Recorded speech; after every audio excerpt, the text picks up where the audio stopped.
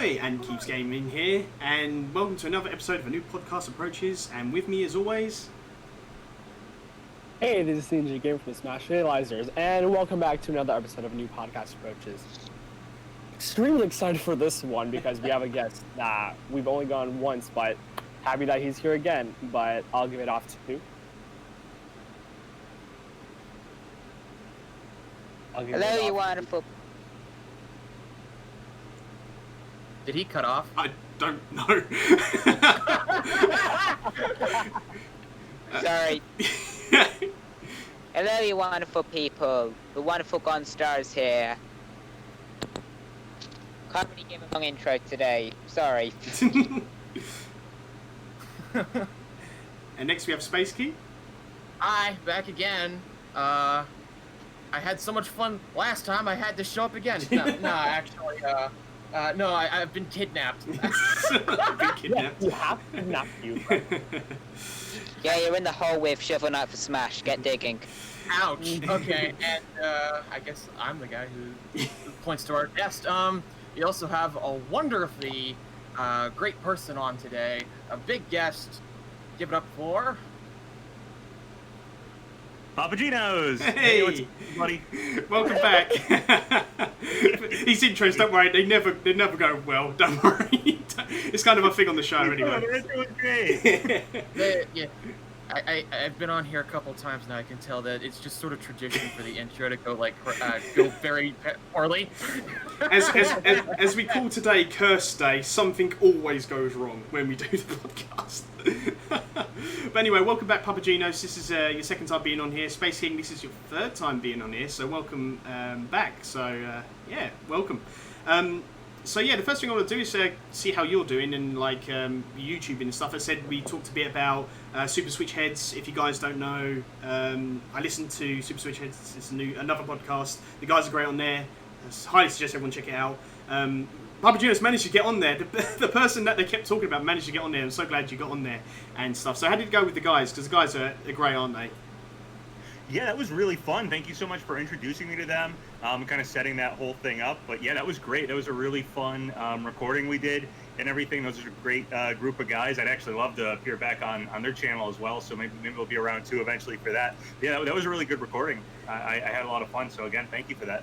I think that was a match made in heaven because you guys definitely bounced off each other when you was on the episode. And I was like, finally, I've got someone that I watch on YouTube for people that I listen to on Spotify, combined together. It's kind of like a crossover that wanted to happen, and it happened. And the thing is, I'm quite shocked because, as I said before to the guys, why didn't you? Well, I didn't say to them why didn't you reach out, but I was thinking, why didn't they reach out to you?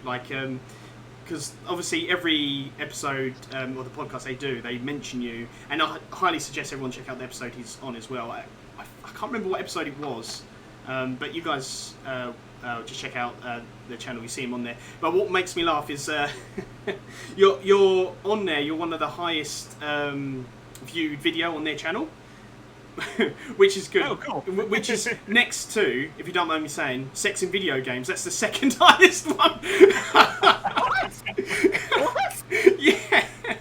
That's random. So I will say I do think most of my appeal is sex appeal. So Glorious. so it's sex or smash. Well, obviously smash. Who cares about the other thing? I don't know. I never really thought the smash was what was making people watch my videos, but if you say so, I always thought it was the sex. It is that as well. What are you trying to It's say? clearly the perfect blend. You want a crossover? Hold my beer. This is a crossover. Yeah. But yeah, no, It's definitely the beard. yeah, it's definitely The beard. So, but yeah, no, that was great. No, it was quite funny. I said to the guys, I did a meme for it. I need to show you guys, really. I said, who wants to watch that episode when you can watch one with PapaGenos in? Which was quite funny. But yeah, no, the guys are great. I said I would like to come back on their show again and talk about streaming. Because they done some with cosplay and went through cosplay. But I would like to go and get their, about streaming and, the ins and outs of streaming would be quite cool. And speaking of which, just very quickly, sorry to divert a little bit. This is what we do on the show. But they had David Wise on the show. If you guys don't know who David Wise is. Does anybody know? Isn't he the composer that did a lot of the Donkey Kong Yeah, Country music? he is. They got him, so I'm so shocked. Like, I knew before their podcast was good, but to get someone like David Wise on their show and talk about that, that's really good. That is amazing. If I'm not mistaken, he also did some of the music for Ukulele too.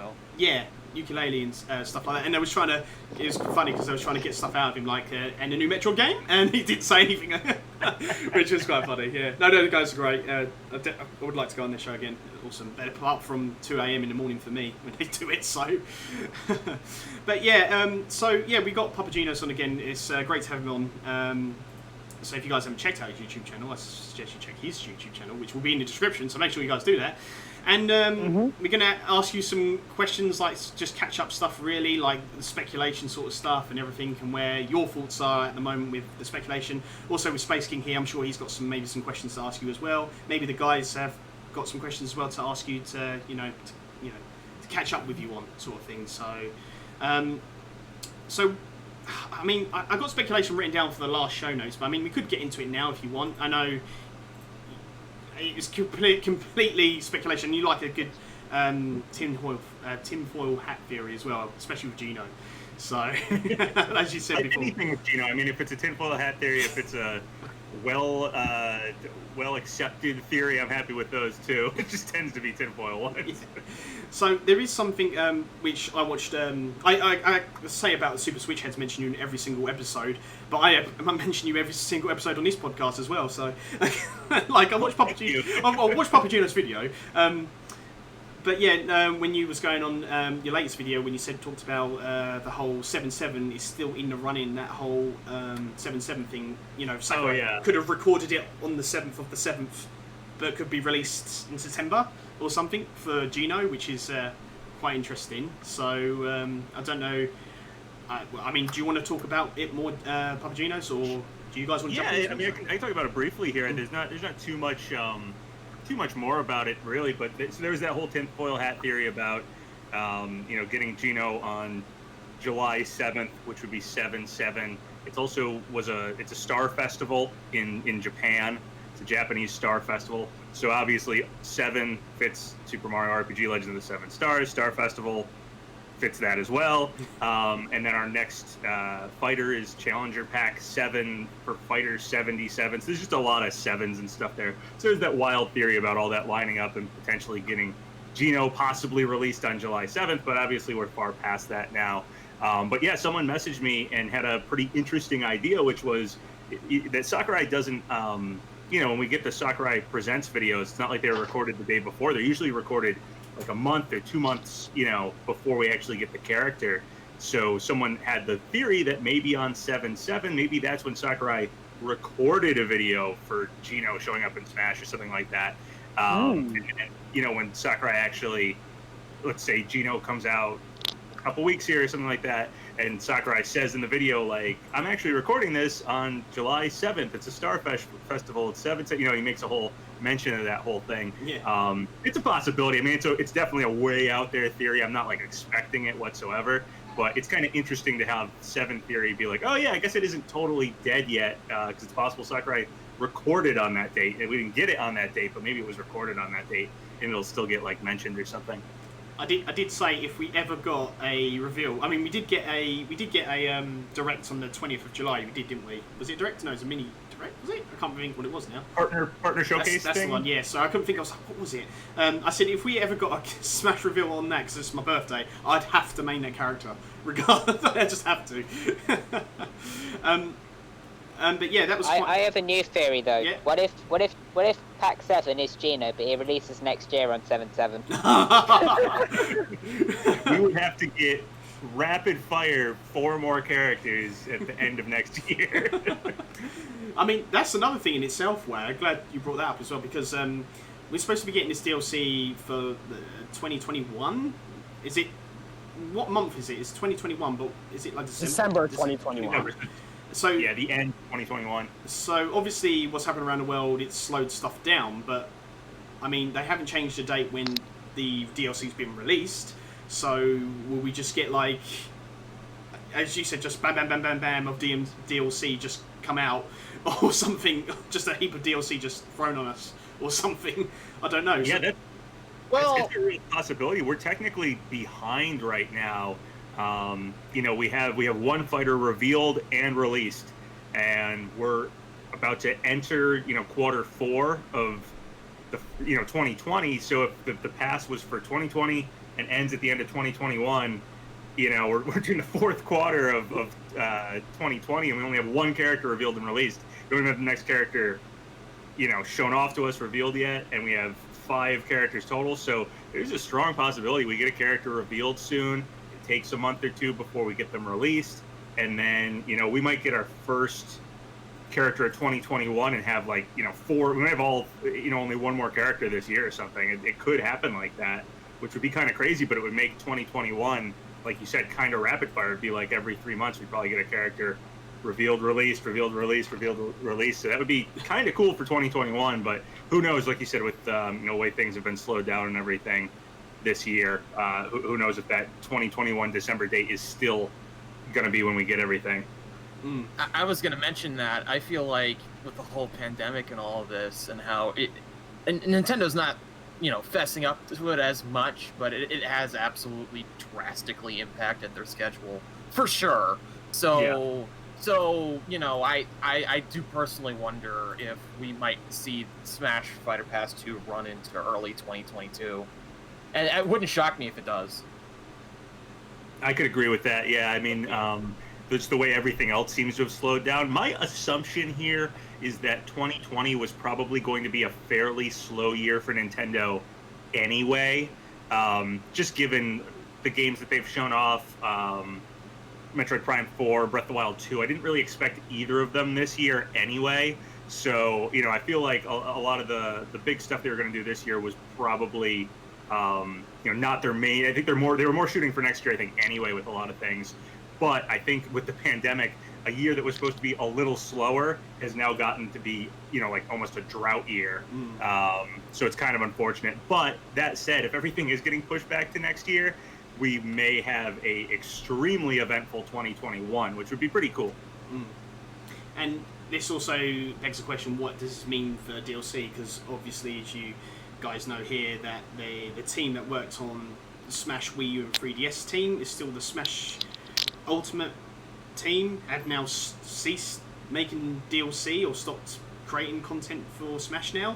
They've all finished. So what does that mean? I mean, watching your videos as well, what you said, I like also what you pinpointed out, that's person C. Some people are so picky as well, saying, oh yeah, perfect square, yeah, which just made me laugh. Do you mean perfect rectangle? Yeah, okay, perfect rectangle, but you know what I mean, I know what you mean. It's just, you get some people just so picky, but yeah, it's semantics. Yeah, it's semantics. It's a perfectly squared off roster is what I'm talking about, but yes, shapes-wise, it would not be a square. It'd be a rectangle. Yeah. Have they been saying people saying that for long about that, or have they only just started saying this? Because you've been saying this for like a good point of like half a year, at least, saying the perfect square, or like maybe a year.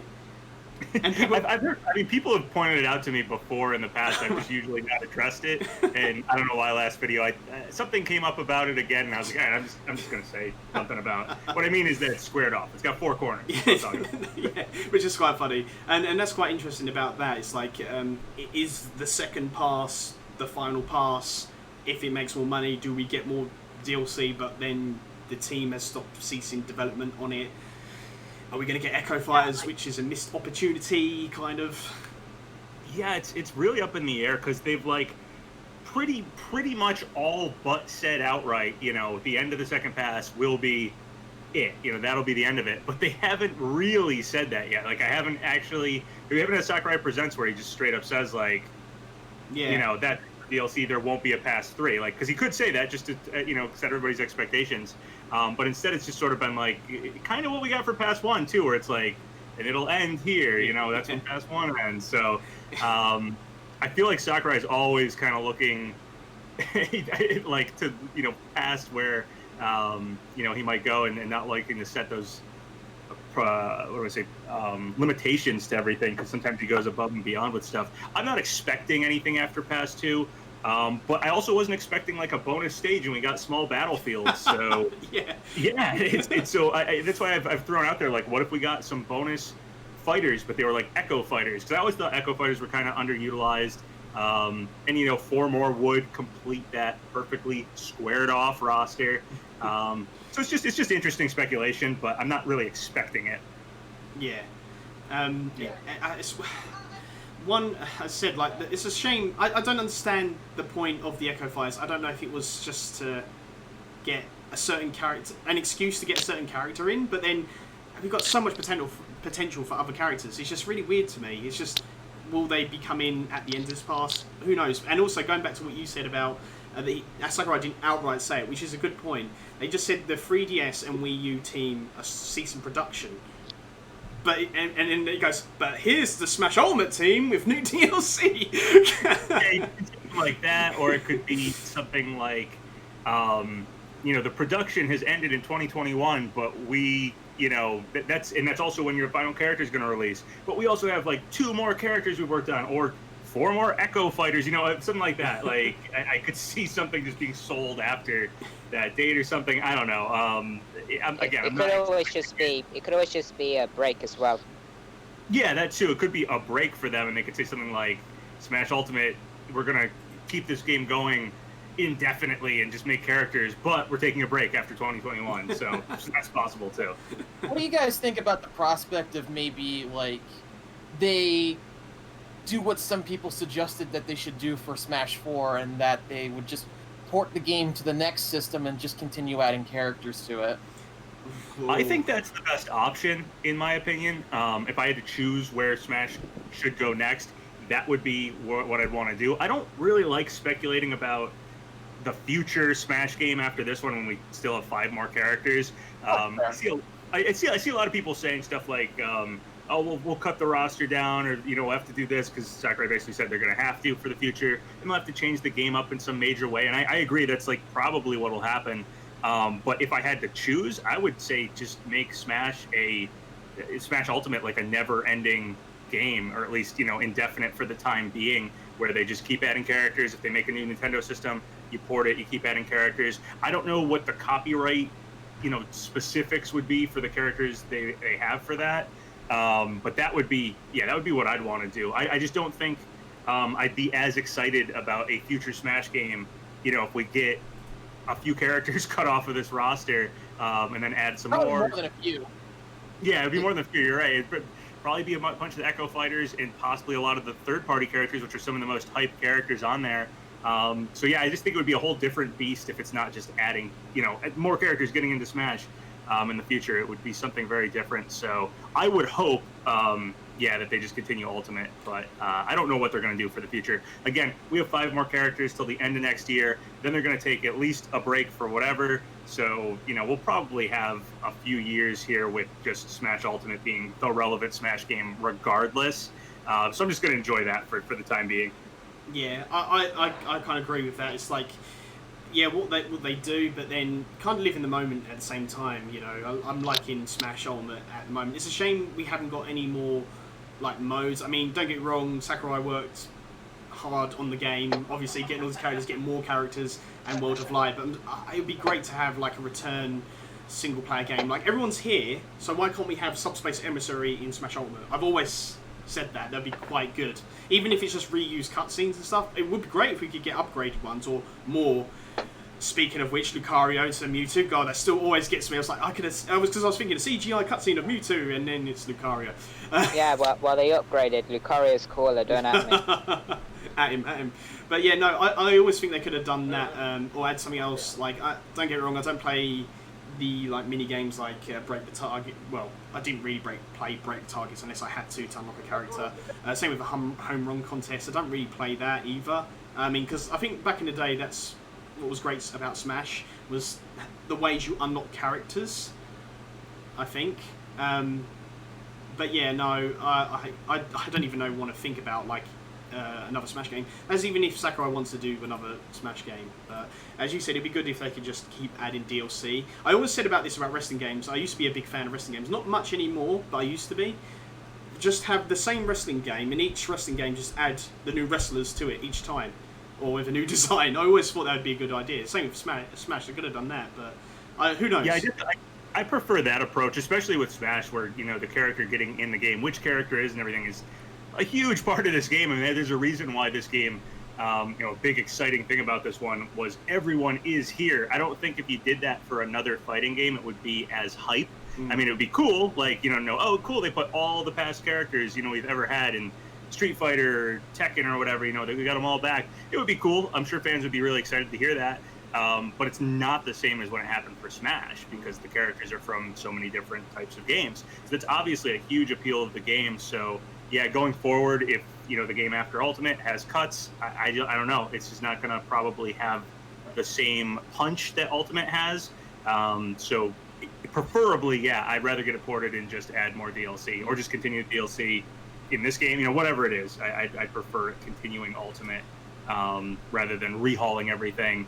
And I can't picture what that would be that would make me more excited than Ultimate. So, and can you imagine still adding DLC when probably the next 2 generations of Nintendo consoles come out? They're still on the Switch.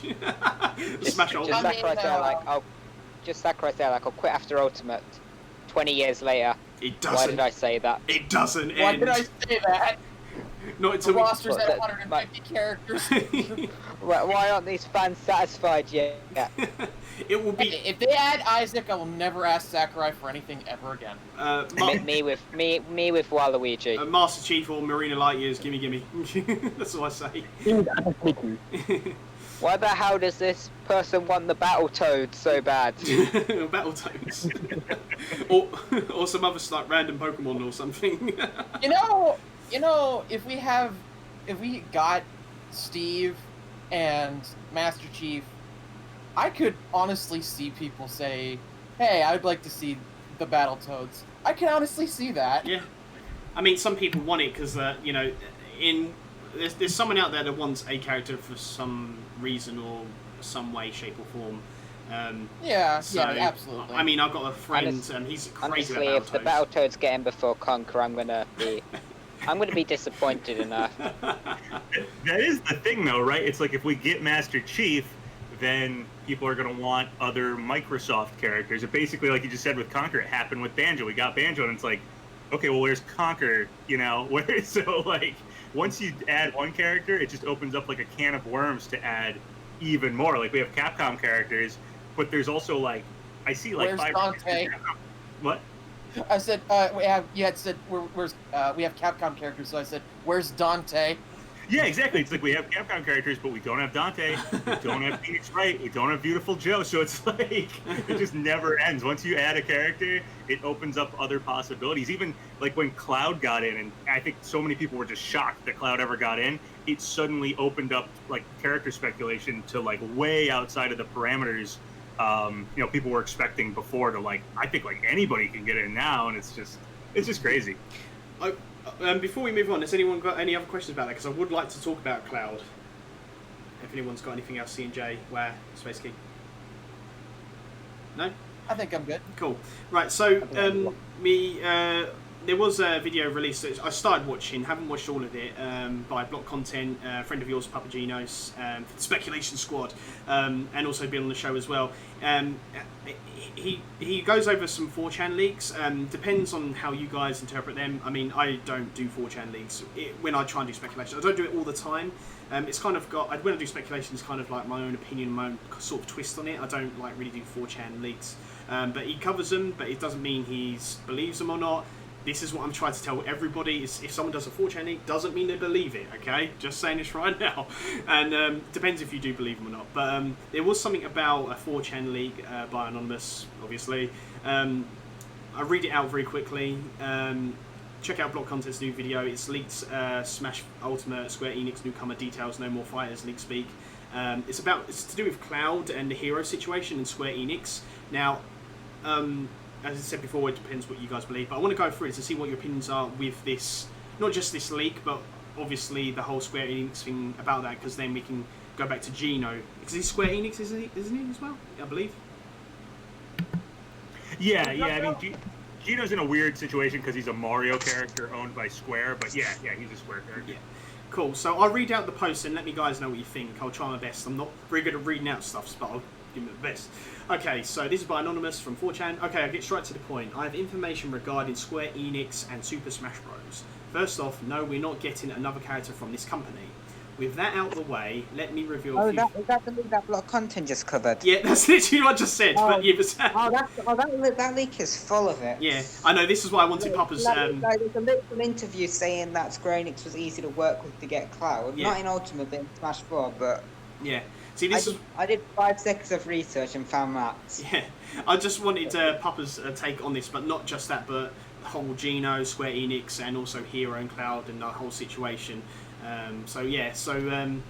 First off, we're not getting another character from this company. Without the way, let me reveal a few things about the characters that are already in the game and those who aren't. The first thing I want to mention was Hero's inclusion in Smash was nothing more than a business deal. See, Hero was added solely so that Square Enix could receive a share of money after agreeing on making Cloud a character for the base game, which, by the way, they're still angry over that.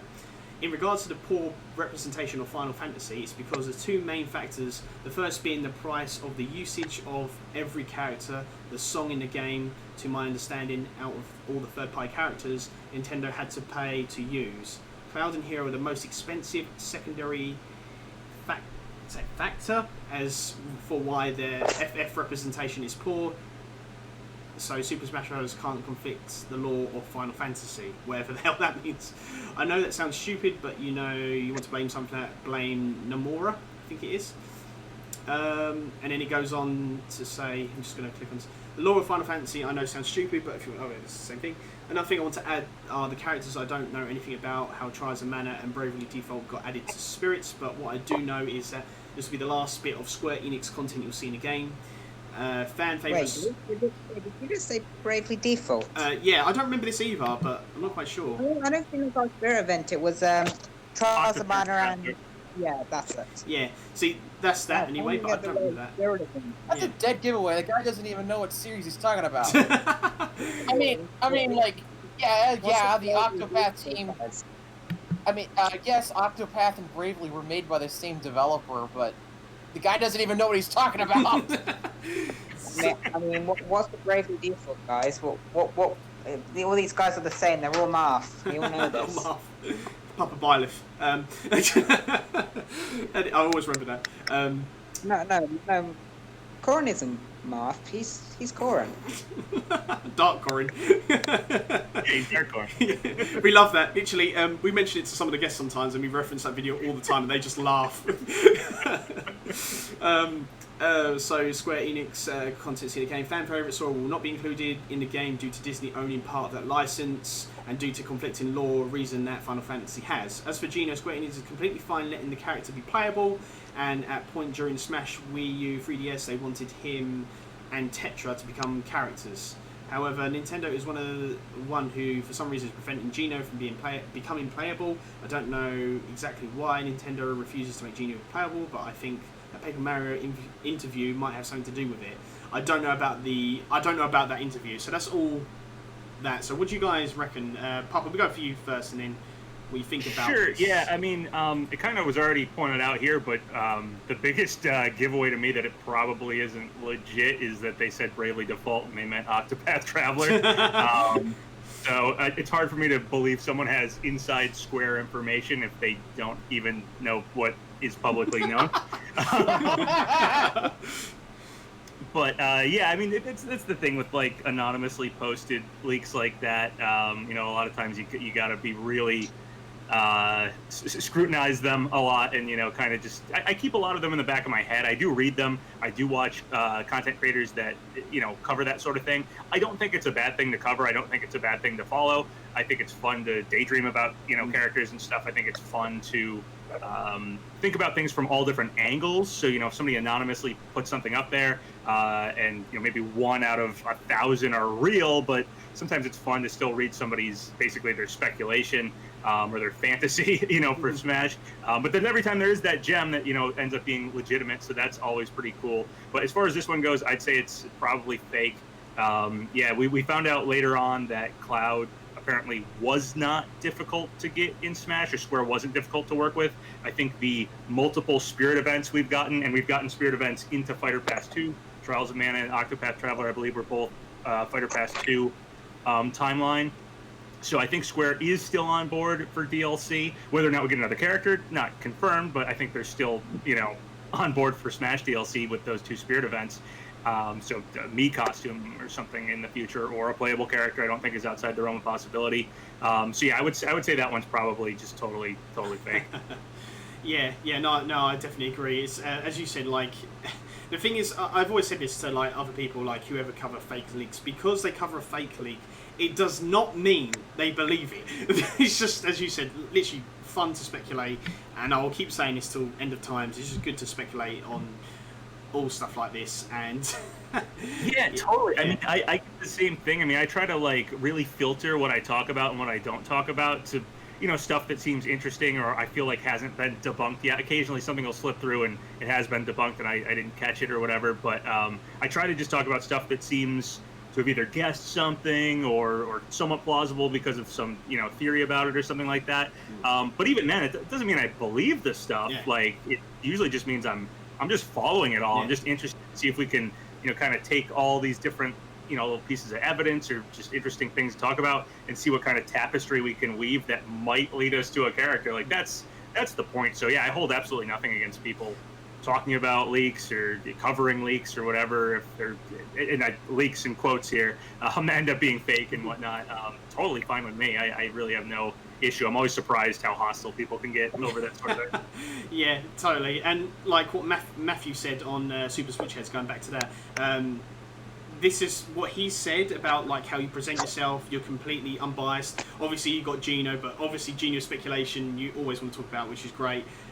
It's just how you present yourself, and you're completely non-biased about anything. And I think that's why a lot of people like you and your channel and your content you create, because it's not like, oh my god, sort of thing. It's kind of like, no, here's this, and here's this. Occasionally, I'll get excited about stuff, and I definitely do sometimes scrape the bottom of the barrel for Geno speculation just because I follow it personally for myself. So sometimes I'm finding out about some speculation for Geno that is kind of outside of the mainstream what people are talking about, just because I'm always following Geno stuff. Yeah. So I do have some bias there, but thank you. Yeah, I mean, I do try to present as unbiased as possible looks at whatever I see the community talking about. And yeah, it's just for those reasons. I said that's why I tune in. It's like literally, this is. Yes, you guys are going to take the mic and everything like this, and you're probably thinking, yeah, he's a complete fanboy. But literally, I like it when I wake up. It's something to watch as well when I'm getting up for work and stuff, and I see like you posted a video. It's like, oh great! And I'm glad you're actually doing regular videos now, so it's good. And I don't care what people say. It's like you fanboy or whatever. But the thing is, it's just enjoy. I do enjoy your content. It's just like, oh great, it's good to get some like leaks and speculations that are around, and that's what's happened basically overnight for me. Or morning. Oh god, someone's phone. There's that notification for a PapaGenos video. Yeah, I just put one up while we're doing this. I've been filming one on the side. So. No, it's a notification for one of his tweets. I follow him more than you do. I'm the biggest simp here. But yeah, no, it's well, thank you for the kind words and everything about the channel and stuff like that. Yeah, the whole point.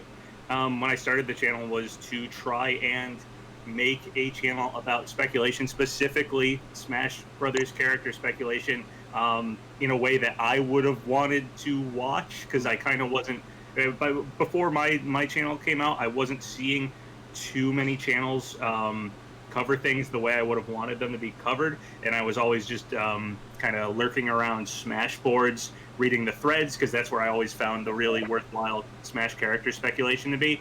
And I just thought, I think I can take that sort of thing, and put it into a YouTube channel of that, you know, kind of the same caliber that I was seeing talked about on the forums specifically for, you know, Smash character leaks. So I was just trying to replicate that, that feeling of what I was already, you know, interested in on the internet, just in a YouTube channel. So thank you for enjoying it. Yeah, no worries. Yeah, no, I love, I even said to the guys here, like, my favourite game of all time was Halo Reach, but it's changed now to Smash Ultimate. I think I go by how much I've paid into a game, because obviously how much I paid into a game is how much I love it, because now I've got all the Smash amiibos. I haven't got player, like, 2 of each. I think the only one I've got was Bayonetta. I've got Bayonetta player 1 and 2, but apart from that, I've got all the Smash amiibo now. So that plus the DLC plus the Switch, I've kind of got that for. Well, I didn't really get Switch for Smash Brothers really because I didn't know, but I guess it was for Breath of the Wild, I suppose, because it's handheld gaming console's great.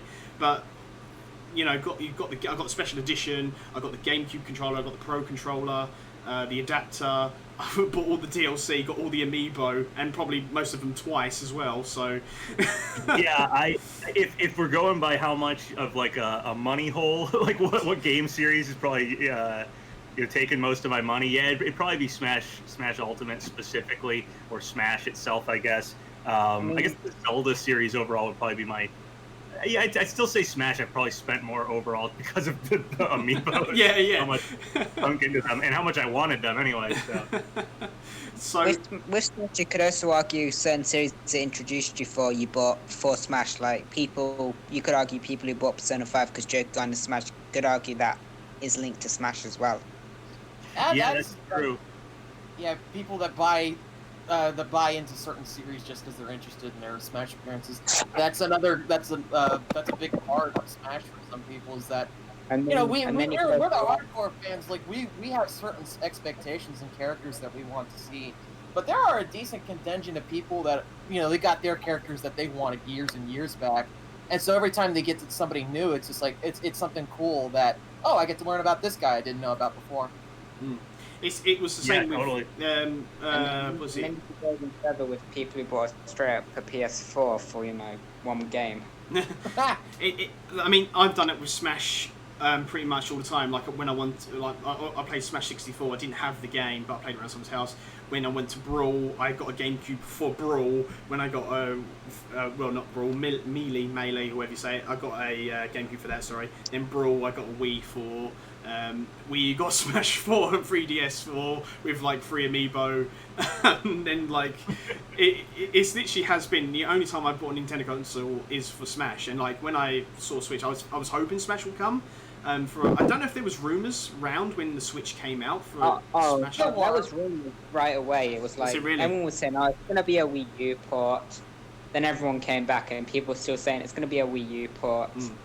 That was a big thing for a while, that it was just going to be Smash 4 ported over. Then we got that trailer with Inkling, and it showed like, it looks like it's Breath of the Wild Link. So people thought, is it going to be a port with some like slight changes or something? And Smash Ultimate absolutely, I think, just blew it out of the water, my expectations, because I was thinking like Inkling and like maybe like Wolf and Ice Climbers might come back, and I don't know, maybe a couple more characters. And Smash Ultimate was just even more than that. Everyone back, Ridley, K. Rool, Simon Belmont, tons of DLC. It's crazy. And even that was a thing for a while, wasn't it? It was like it was oh god, wow! I think we can hear some like wind or something. You turn your mic again, but I think that was even a thing. I think that was inside. Oh right, okay. Even that was a thing for a while though, wasn't it? Is Smash? Even people like YouTubers, big YouTubers did stuff on it. Is Smash Ultimate a port or not a port? But does it matter? Is this thing with so much new content, a port? No, the obvious answer is yeah, guys. This is just a port. I mean, it's pretty clear that development-wise, they used Smash 4 as the starting point, right?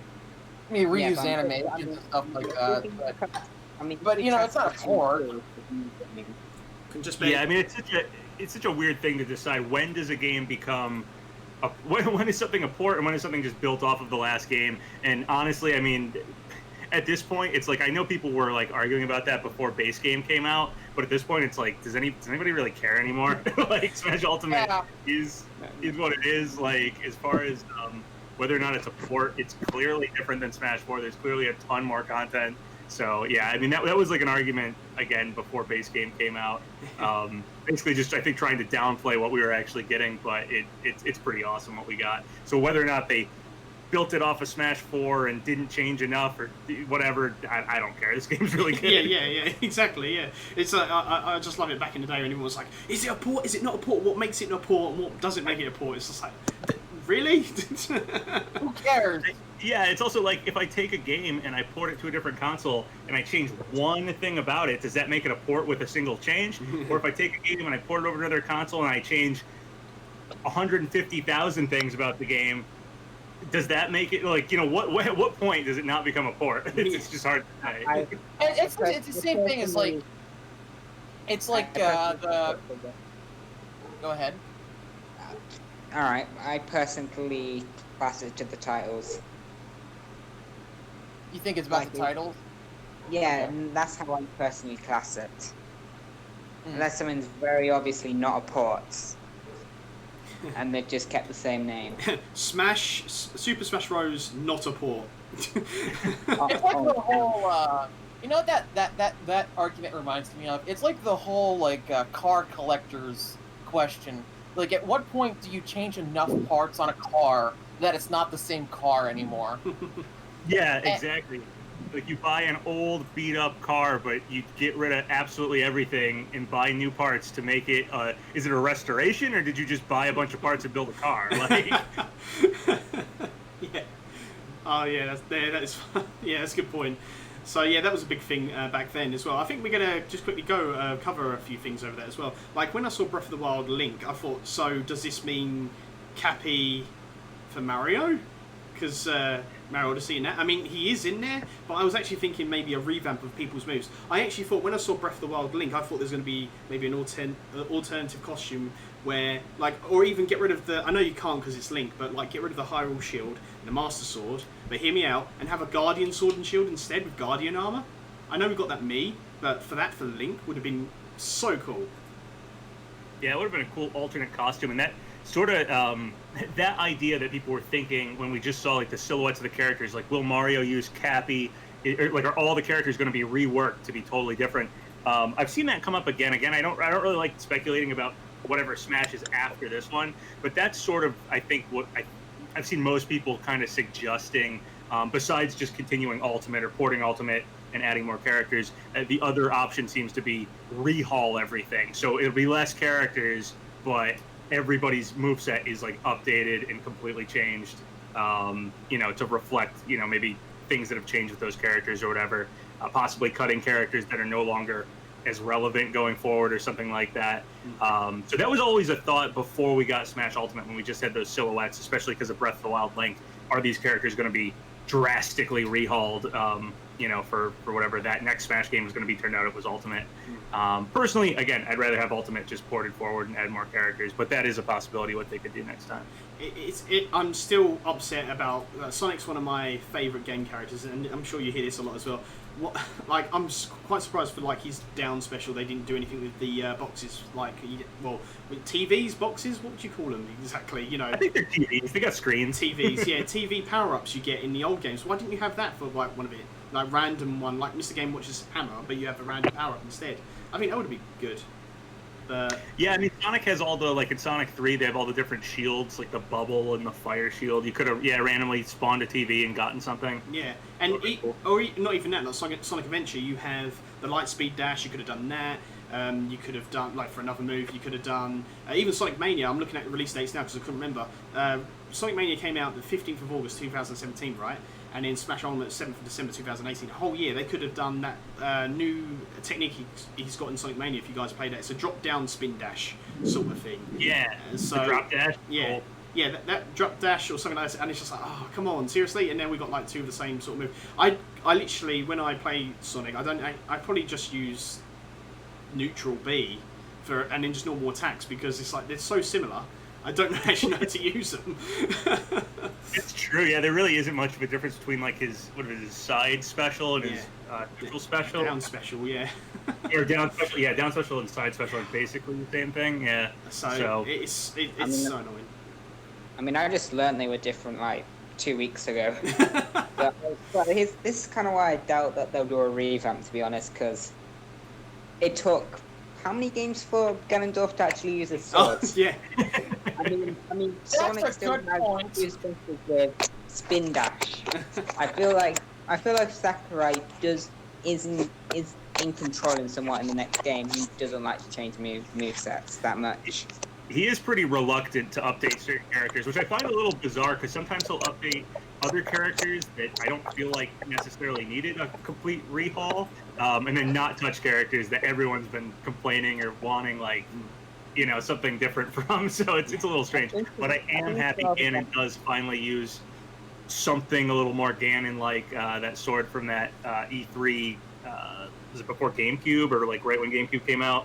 That cool like Gerudo like axe sword. So I'm happy to see that in his moveset finally. He also uses it in Hyrule Warriors too. Oh, does he? Yeah. Yeah. I know he uses like double swords with the long hair, crazy looking Ganon. I love that Ganon. This is, I think it's just due to him wanting to preserve movesets, which is fair, but I feel like that goes with good excuses for clones. Because when you have a clone with basically the same moveset, why not update the old character, which would be more thing with someone else? Yeah. Yeah, people talked about specifically with Ganon. I think was it Black Shadow from F-Zero, like getting Ganon's moveset and then Ganon getting a more Ganon-like moveset, so we retain that classic melee Ganon moveset in a character, but it would be, you know, Black Shadow, and then Ganon would have his own moveset. So you still have that kind of Falcon clone character, you know, without totally scrapping that moveset, but making Ganon unique as well.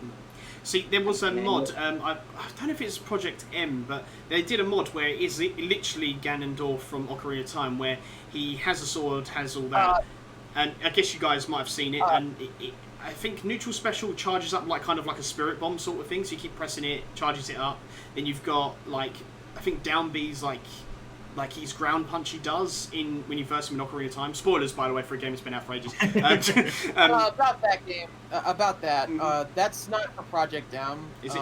That's just one of the many brawl and slash the Project M mods that are out there. Like there's like a Ridley mod, there was a Geno mod before it was incorporated into Legacy XP. Brawl modding's done all sorts of crazy cool stuff over the years. Yeah, they've had a lot of fan characters and changed movesets and cool stuff with like alternate costumes and stuff. That's a whole cool scene still, which is pretty sweet. Yeah, so speaking of that, I'm actually in a Discord server called Brawl Remix, which is adding some really weird, wacky characters. Like they decided to add Yunar Kami from Persona 4, and they decided to add like the Sandbag based on his moveset from Smash Flash. So fan mods have always been really cool. What I was just saying is, I'm quite surprised they didn't use like. I mean, I guess it was just because at the time maybe it's easier for just clone Captain Falcon, but he had so many like movesets potentials you could use now, or even back then Ocarina of Time to use that, and to see that mod in action, thinking you could have just easily done this. It was so good. Well, maybe not easily, but it would have been cool to have that moveset for Ganon. And as you said, PapaGenos, they could have done Black Shadow from F-Zero to have Ganondorf's old moveset. I'm pretty sure that's the character's name. It's like the horn. Yeah. And speaking of which, while we're on here, I want to go back to what you said on one of your videos. Well, your videos, what Sakurai said about Legend of Zelda as well. Now, this is very interesting, how they keep mentioning Zelda's design. You said you mentioned it twice, because I can't find the other video where he said it once before, but I did, see it in Arm's presentation, Minmin's presentation.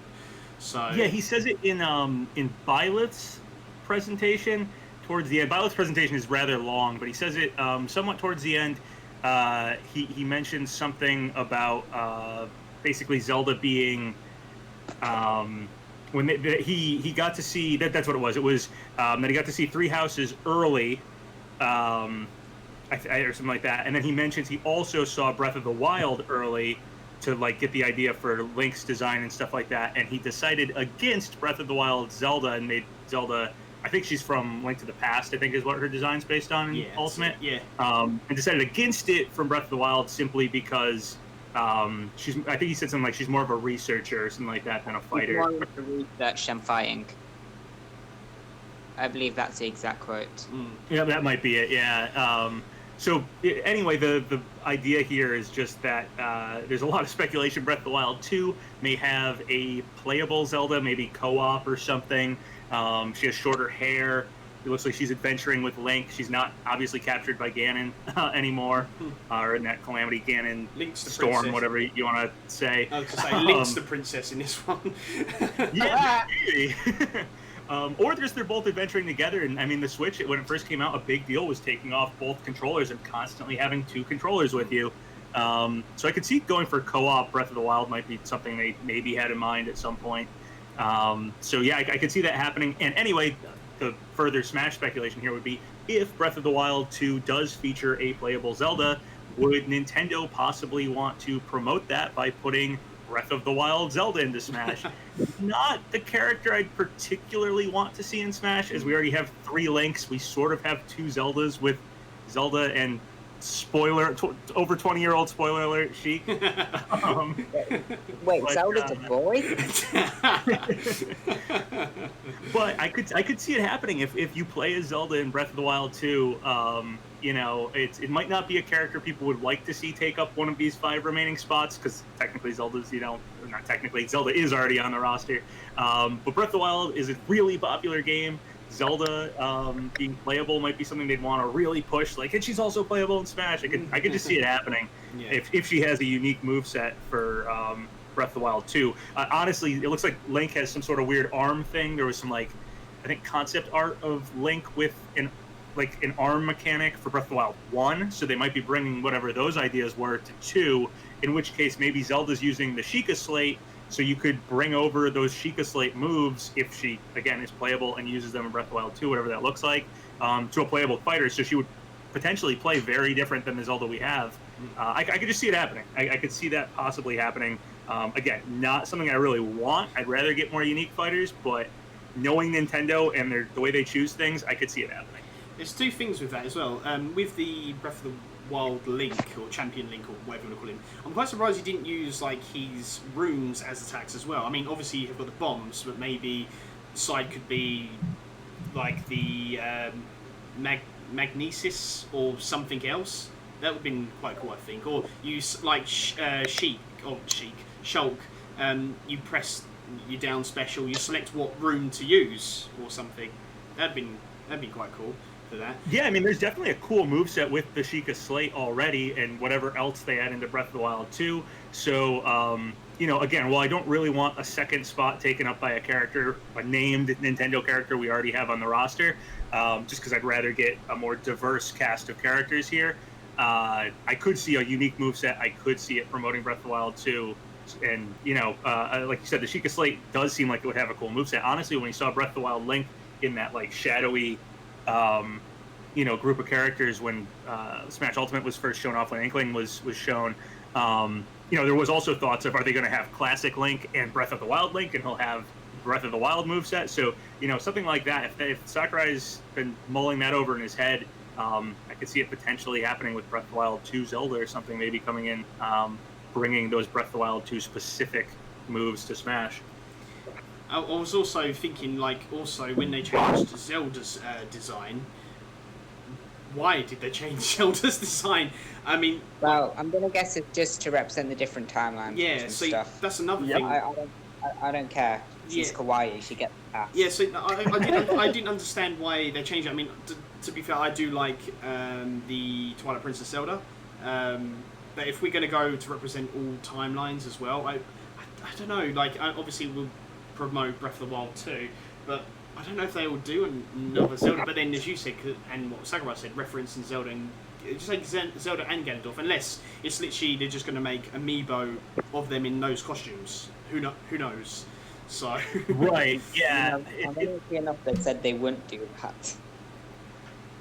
I know. Yeah, Sakurai said that they didn't. They're not making updated amiibos for the characters who look different in Ultimate, specifically mentioning Ganon. and Zelda, but it's the second time he's mentioned specifically Zelda, and it just does feel like a Nintendo move to me to add Breath of the Wild to Zelda. And I could see Sakurai kind of anticipating, maybe in a similar way to like Byleth, that the fans might not be too happy if one of their DLC characters is just Zelda again. So he might be kind of laying the groundwork for like hinting at this, so that when it happens, it could be like, all right, I sort of suggested this. I don't know. It's a conspiracy theory, but it's in my head, and I can't shake it. Again, I'd rather it not happen, but if it does happen, so be it. Cool. And it's if we get another Zelda rap, I just want Tingle.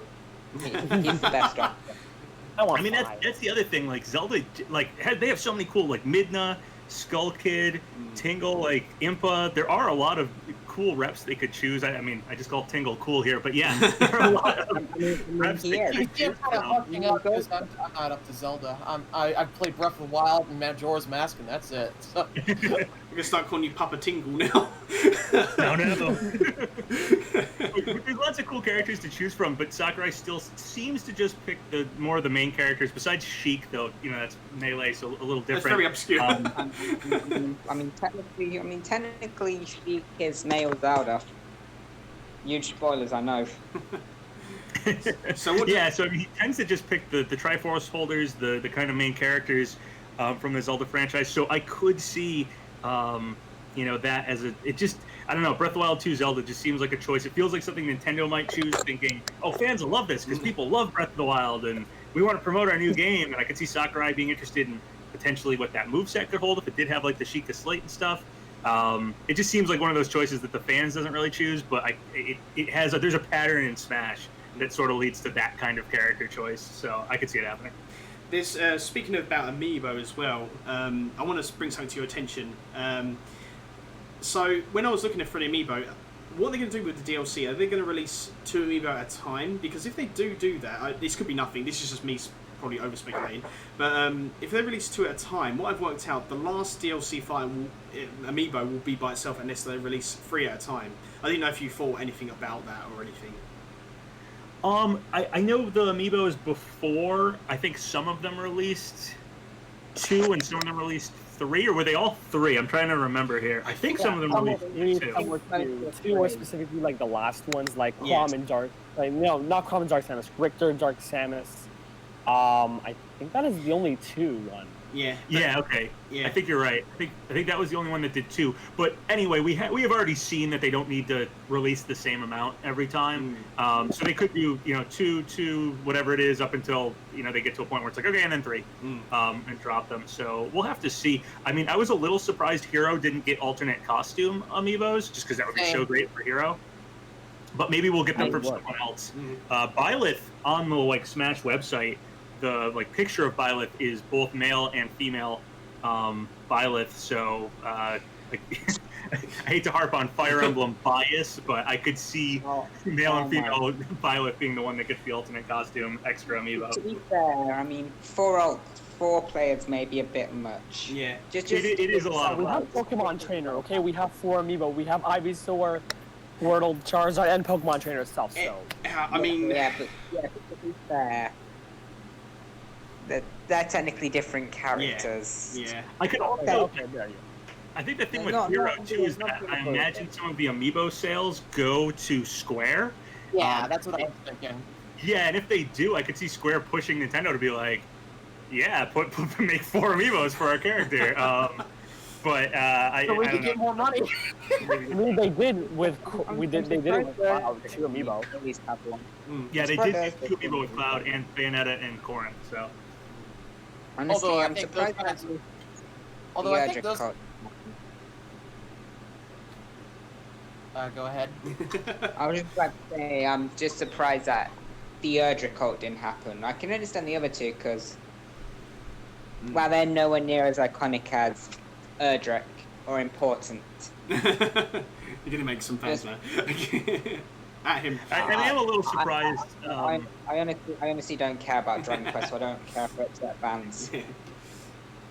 Yeah, I'm a little surprised that Dragon Quest XI protagonist, the Luminary or whatever name that character has specifically, is like the main alt for hero. I get it; it's like the most recent character, but I kind of agree. I think Erdrick would have made the better main costume. I'm most surprised that Erdrick at least didn't get enough to get an amiibo. That's part that surprises me. Like, yeah, Luminary, they're trying to push Dragon Quest XI, but Westerners give this game a shot, I get it, but come on. Yeah, it's. I think because it, as PapaGenos said, like it'll be Byleth will probably get male and female, because like Corrin is male and female, but then Robin didn't, which is annoying. Oh, they did, didn't they? Robin, no, didn't get female. No, they did not. They only did yeah. male. But we got Corrin. I think it's from Corrin we got like 2 like male female amiibos. But I think if it's only 2, but then Bayonetta was an exception as well. They got like Bayonetta had 2 alternate costumes. Player 1 and Player 2. Same with Cloud as well. So it's kind of like more the DLC sort of thing. Although I was trying to comment on this earlier, I feel like the thing is with Cloud, Bayonetta, and Corrin is I feel like they were just the exceptions, just because they came at the end of Smash 4, right? So I feel like they had more time to like, well, we're making Amiibo now, and it's not slowing down yet, although it did slow down eventually, like the Amiibo craze. So it's just like, what more can we do with Smash? And they just looked at the last few ones that they were working on. And I feel like they just got sort of lucky. They were in the right time at the right place, as where I feel like for the prospect of alternate costumes for other characters, I just don't see it happening on the basis of just Amiibo as a craze not being anywhere near as large as it was in the past, so there's probably not as much demand. Which is very interesting as well. Speaking of Amiibo and Legend of Zelda, we actually got a restock of all Legend of Zelda Amiibo Smash recently. I don't know if you guys know that. I'm part of like some Amiibo pages on Facebook, and they said literally all Nintendo Smash. Well, it was Legend of Zelda Smash. Legend of Zelda Amiibos are all in stock now. I saw that. I saw that, and that makes me think. I mean, we have that like there was like a listing for Skyward Sword. I think there was a listing for like Breath of the Wild 2 Collector's Edition. Though that one might be a little more dubious. Unsure if that one was all that legitimate. I actually got that. There was actually a post on Twitter from what's her name? That Camgirl69 person. If you guys follow her, if you don't. So basically, she said it's fake. The Skyward Sword thing. I can't find it now. Let me just. I think I'm following her just for Smash League. So. She has the tendency to delete her tweets very quickly. I noticed that. Yeah. Someone else was saying that the Skyward Sword thing was legit. I forget who it was. I literally like just saw that earlier today.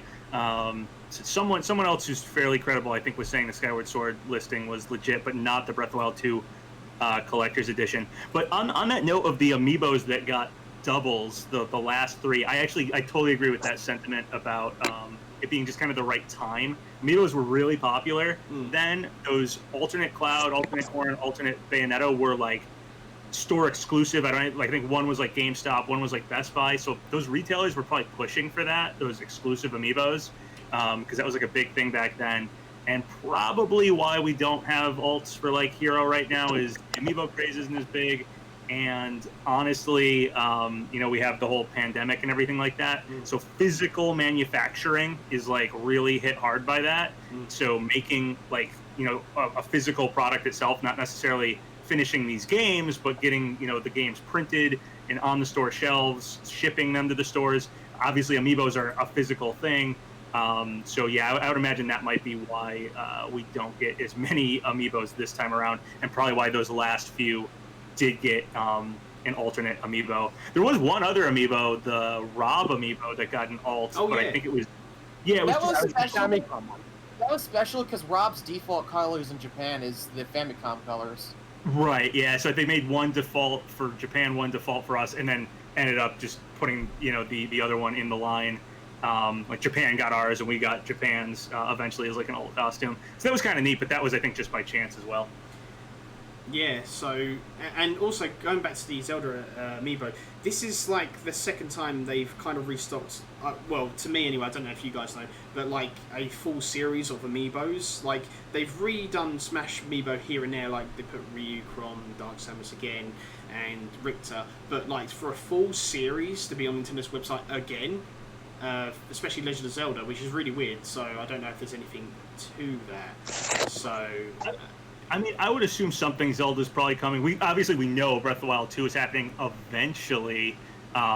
So yeah, I could see something happening. Again, Skyward Sword. If Skyward Sword comes out in between now and whenever Breath of the Wild 2 happens, re-releasing amiibos now for that, and then maybe giving us, maybe if we do get a Nintendo Direct soon, they'll give us an exact date for Breath of the Wild 2.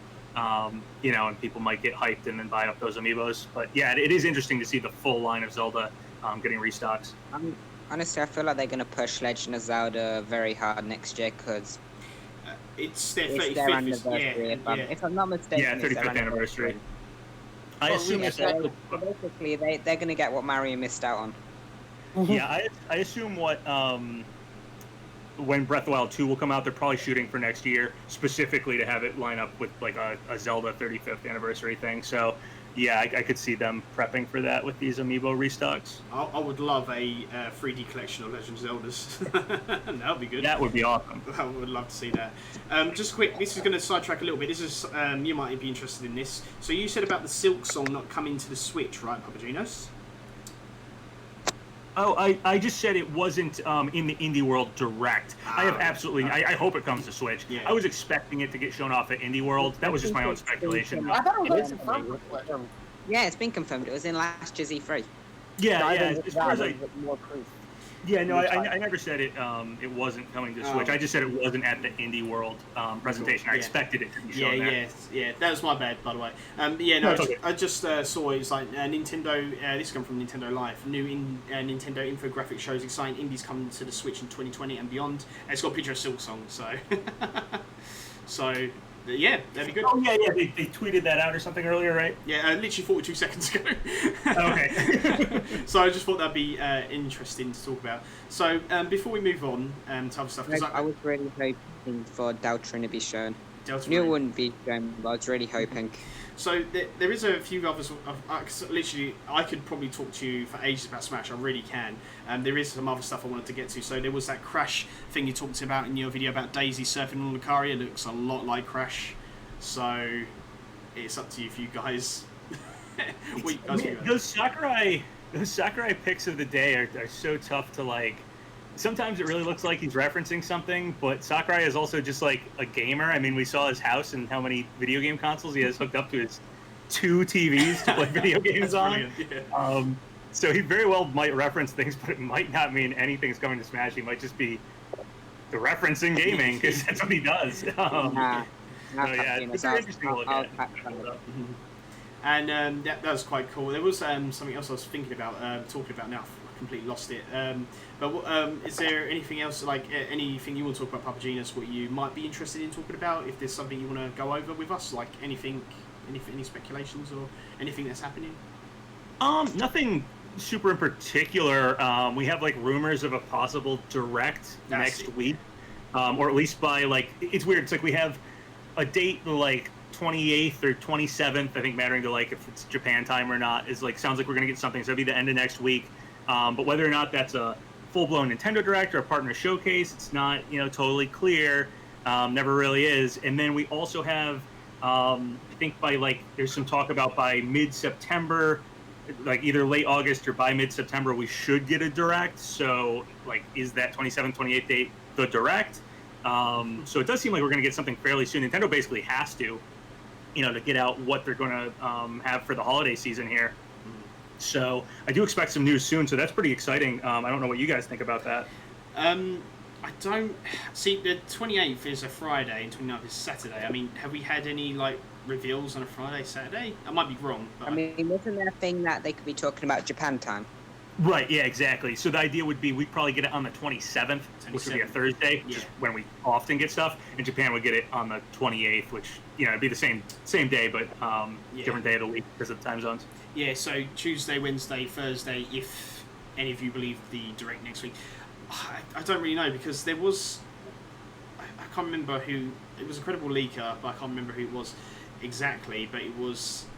They were saying don't expect anything till September, and I can't remember who said that. Nate Drake, I think. Yeah, and I don't think it was Nate Drake. was it him? I think he was one thing. The King Zal. I know it's not Kalios, probably King Zal or something.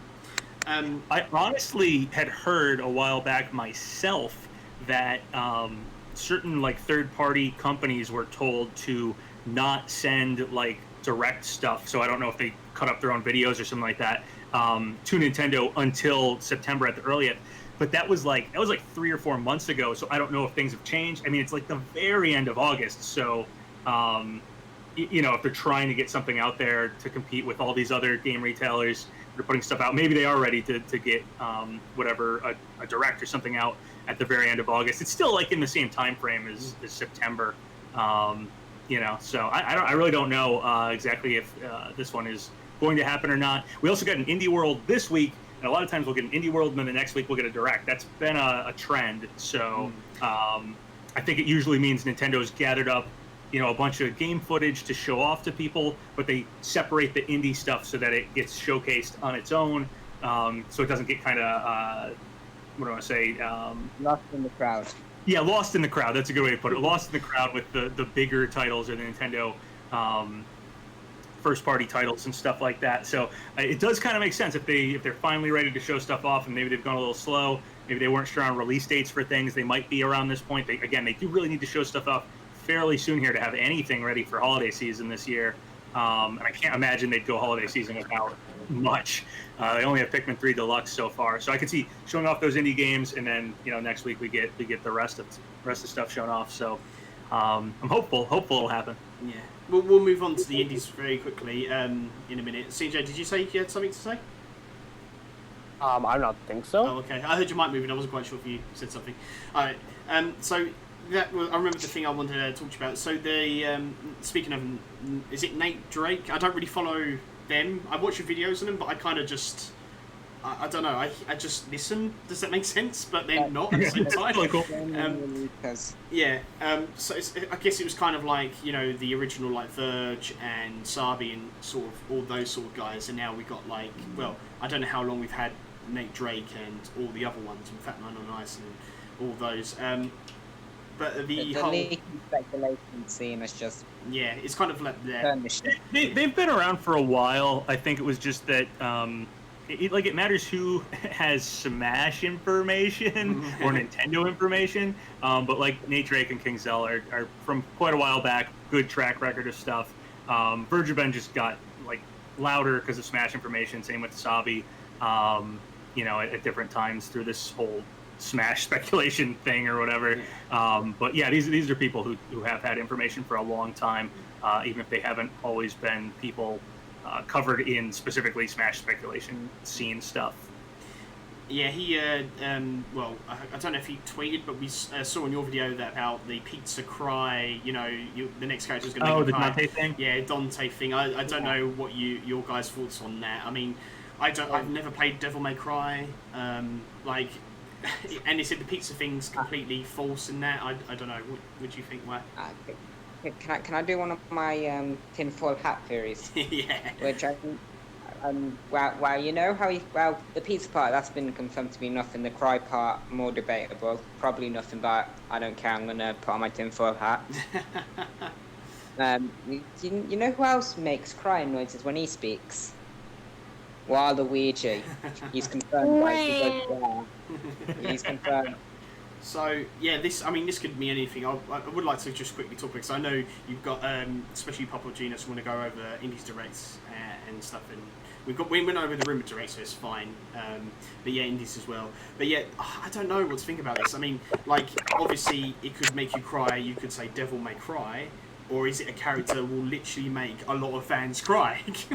I think he actually specifically said it may make you cry. So it did have may and cry, so Devil May Cry. It was like pretty specifically probably a hint towards that. But then he had the pizza message slightly afterwards, which he admitted outright was just trying to bait people to see if they'd claim it as a leak or whatever to I guess, make fake leakers come out of the woodwork or something. I'm not sure if there was someone specific he was trying to. Yeah, there was. I'm not going to say who exactly because. Okay, yeah. So there might be someone specific he was trying to bait out with that. Regardless, I don't know if that first post actually still means something. There's also like, if you want to, I don't like doing conspiracy theories based on people. I don't mind doing it on facts, but I don't want to do a conspiracy theory based on Nate Drake because you could obviously just go over and ask him. But it's like in my mind, it has gone through my mind. Like maybe he posted that first thing and then went, "Oh, geez, I really shouldn't have leaked Dante." I'm gonna say it was all bait. You know what I mean? Like that's a possibility. But most likely it was probably just a bait post for whatever he was trying to do. So I'm not really looking at it. I'm not taking it as too much. However, that said, regardless, I think Dante's a pretty likely character. I think he has enough evidence and stuff going for him. He's been a desired character for Smash for a while. Another Capcom rep seems like something that could totally happen. There's a few other fringe pieces of evidence going in his favor. So I still think Dante is pretty darn likely, regardless of that. Whether or not he'd be next or not, I have absolutely no idea. So yeah, I mean, if Dante happened next, who's to say if Nate Drake knew about it or not? I'm just thinking it could happen at some point. Honestly, considering the fact they used Dante as lead bait, I feel like if he knows it probably isn't Dante. Assuming he is trying to bait people.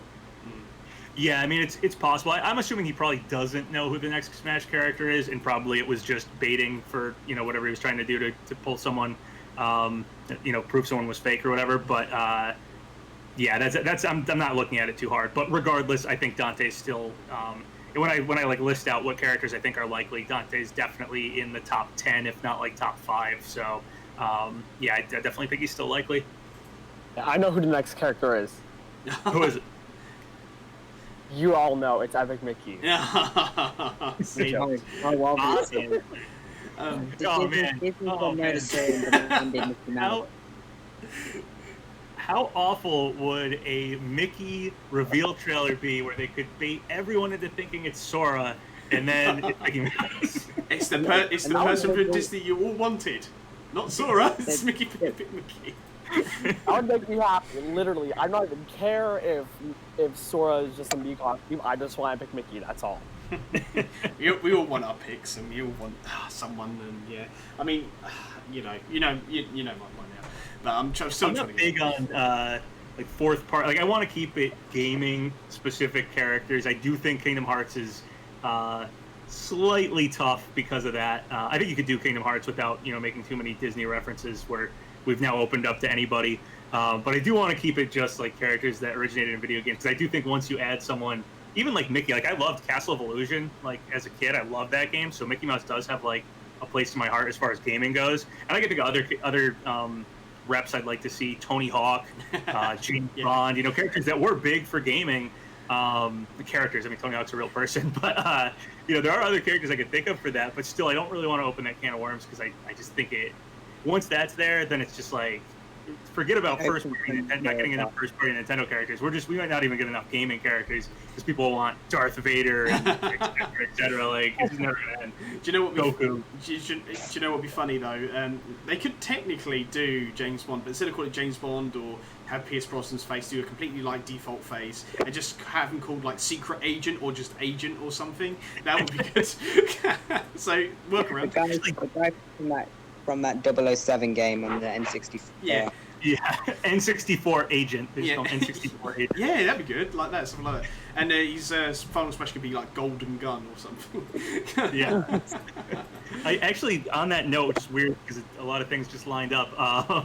The new Tony Hawk Pro Skater game, I guess one of the secret characters like leaked. Did you guys see that? I didn't see it. I can Google it. Do you care about spoilers? Yeah, we don't mind. Go on. Okay.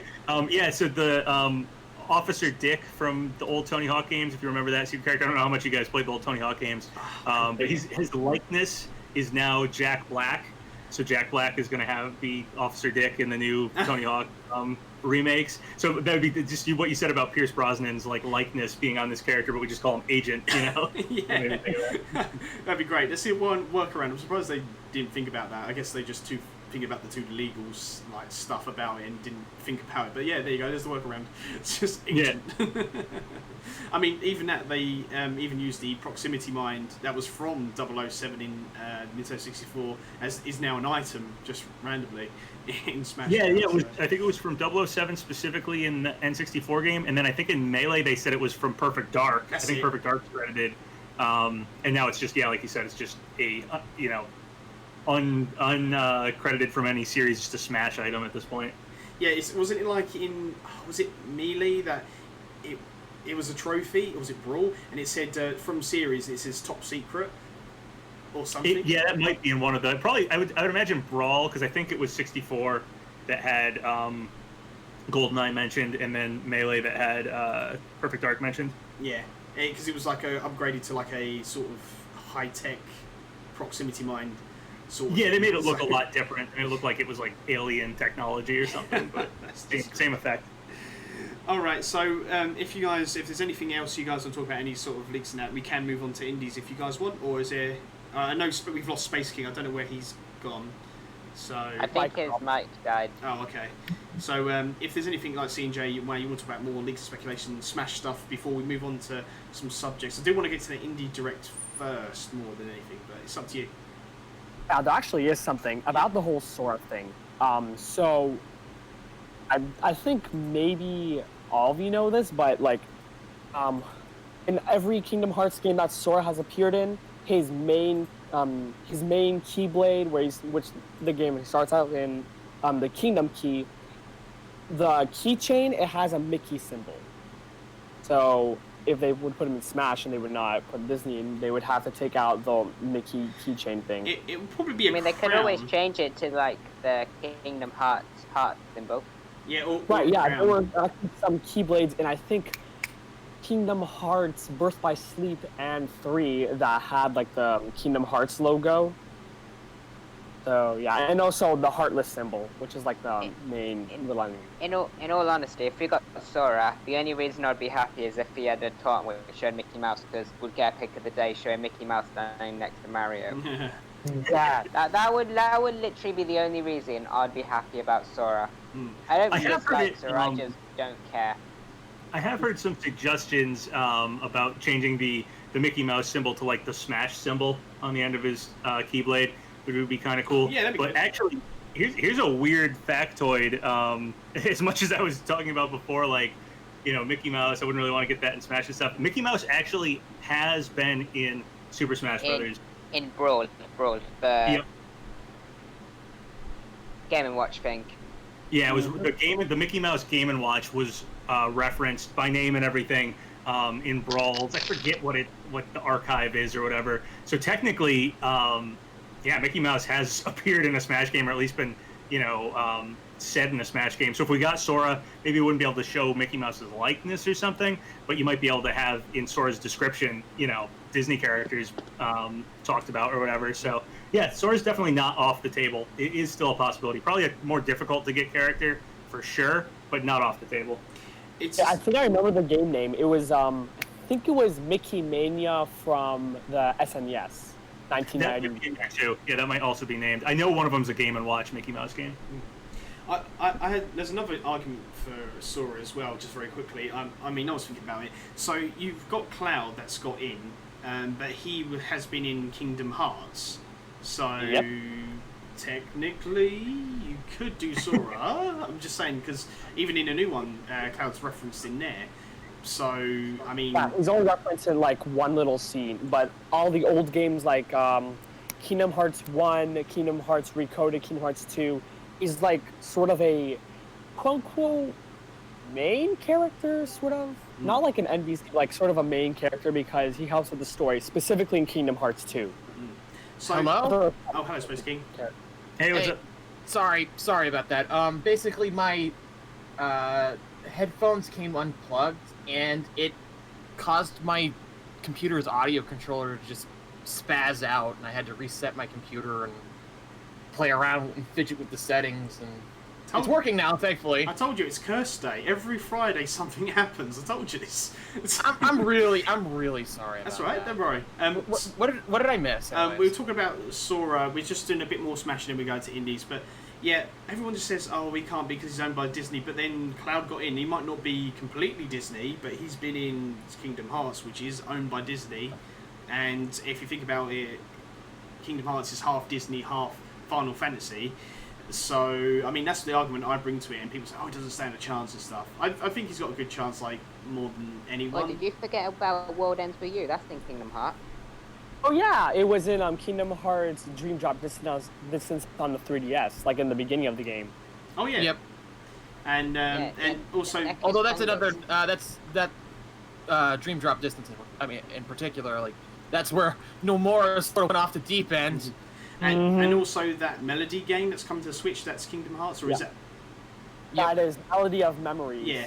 So we don't know who's going to be in it. Mostly just like maybe Sora, Kairi, Riku. We're not even sure about the story, but it's probably sometime after the DLC for Kingdom Hearts 3, or it's going to be about Kairi like during Kingdom Hearts 1. So I'm not saying because it's not going to become the Switch. It's just hinted to. I'm just saying that's very interesting. That's that pretty much. Everything. Kingdom Hearts is cursed in that every single game is canon, even the ones you don't think would be.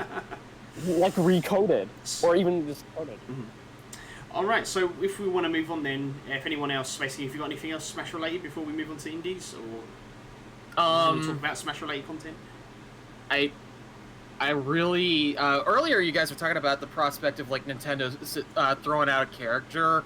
It's like and your example was like Breath of the Wild Zelda, but one character that's coming to mind recently, just my friends were talking about the prospect. I addressed this on the last podcast as well that I was on. The possibility of Melia from Xenoblade Chronicles 1, because we had the remake this year. So into that angle, I actually really like her, just because, I mean, in general, I think we should just have more girls in Smash. It's a bit of a... maybe it's a bit of an inappropriate term here, but it's a bit of a sausage fest, not gonna lie. Oh no. I mean, like, we did talk about, is this going to be not just first party, third parties, but is this going to be an all-female Fighters Pass? If it is, then I'd say Melia's chances explode exponentially, if that were to happen. So, you know who else's chance explode?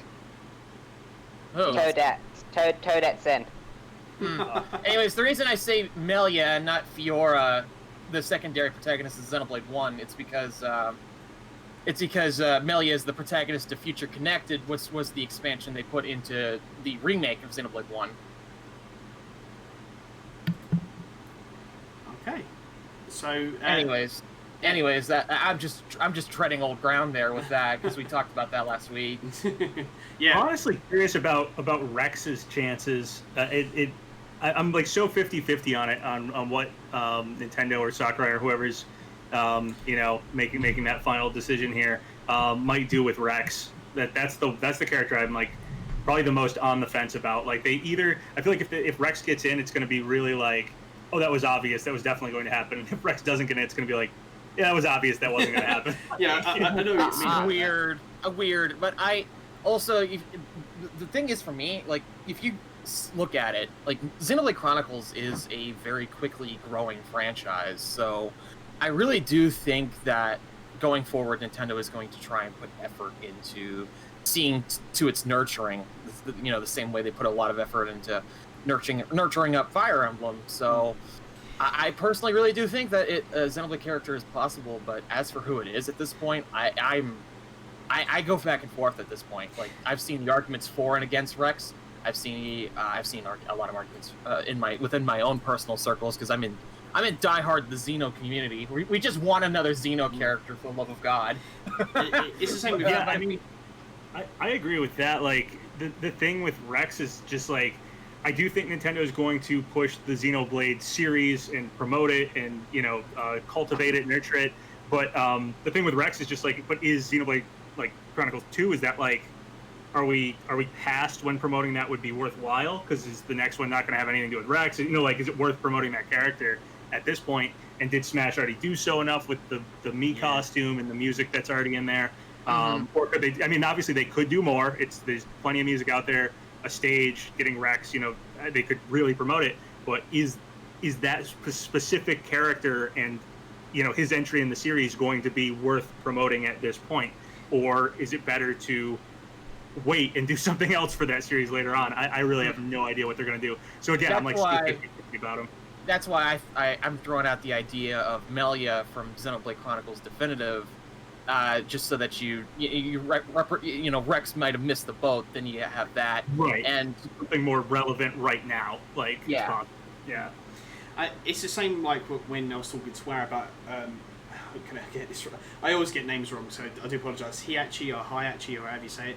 Hiachi, and I'm still ashamed about how much I pushed for him, and he just didn't happen. It's the same situation with him. Like, even though he's a Mii costume, I still think he's got a chance. But then, like, Wah explained it like this, which is a good point. Where would you want to pay for a Hiachi costume and then get Hiachi as a DLC fight as well? It's the same similar. I mean, if I'm a Heihachi fan, I'll take it. Yeah, but but I mean, it may come off on Gummy. It might come off Gummy on Nintendo's end. That was my point. Yeah. So I can understand. Yeah, that. it's the same situation, and the same with like because we was talking about like with you SpaceKing last week about Isaac that. You know how Springman, he's an assist trophy, and then we've got Min Min, and Isaac's an assist trophy. Will we get like someone else that's similar to Isaac, but not Isaac, you know, as a playable character? Right. Would that be the same situation, you know, with Rex with his Mii costume? We got Rex. It's kind of a bonus for getting the Fighters Pass. Or was it getting the game, or was it getting the Fighters Pass? If you pre-order it, it was like a free bonus if you got the Fighters Pass. Yeah. So would they get Rex, or would they just leave Rex now and just go for someone else? And as you said, Roger, someone more relevant now. Just go for Pyro or Mithra. Get some white. Just one of those instead, or even like. I don't think that. I mean, there are moments in Xenoblade 2 where Pyra and Mithra fight on their own, but the whole driving gimmick behind Xenoblade Chronicles 2's narrative is the shared fighting style between a driver and blade combo, which Rex and Pyra are. So I've always maintained that if Rex gets in, the character slot will actually be Rex and Pyra. Yeah, that's almost certainly. Yeah, I totally agree with that. I've always thought that as well. That if we got Rex, it would be, you know, with his blade and everything, as a double character in some way, like Rosalina and Luma, that sort of thing. Yeah. Yeah, I don't know how it works with Xenoblade. I've never played Xenoblade, but could not Pyra and Mithra be the same character, just them two without Rex? Like I said, there are moments where Pyra and Mithra are left to fend for themselves. So they can fight on their own. It's just that it would be kind of awkward and sort of a disservice to like the way you'd imagine, because like the whole theme of Xenoblade Chronicles 2 is the bond that those two form, right? Like the final chapter of the game is literally named "And Thus Boy Met Girl."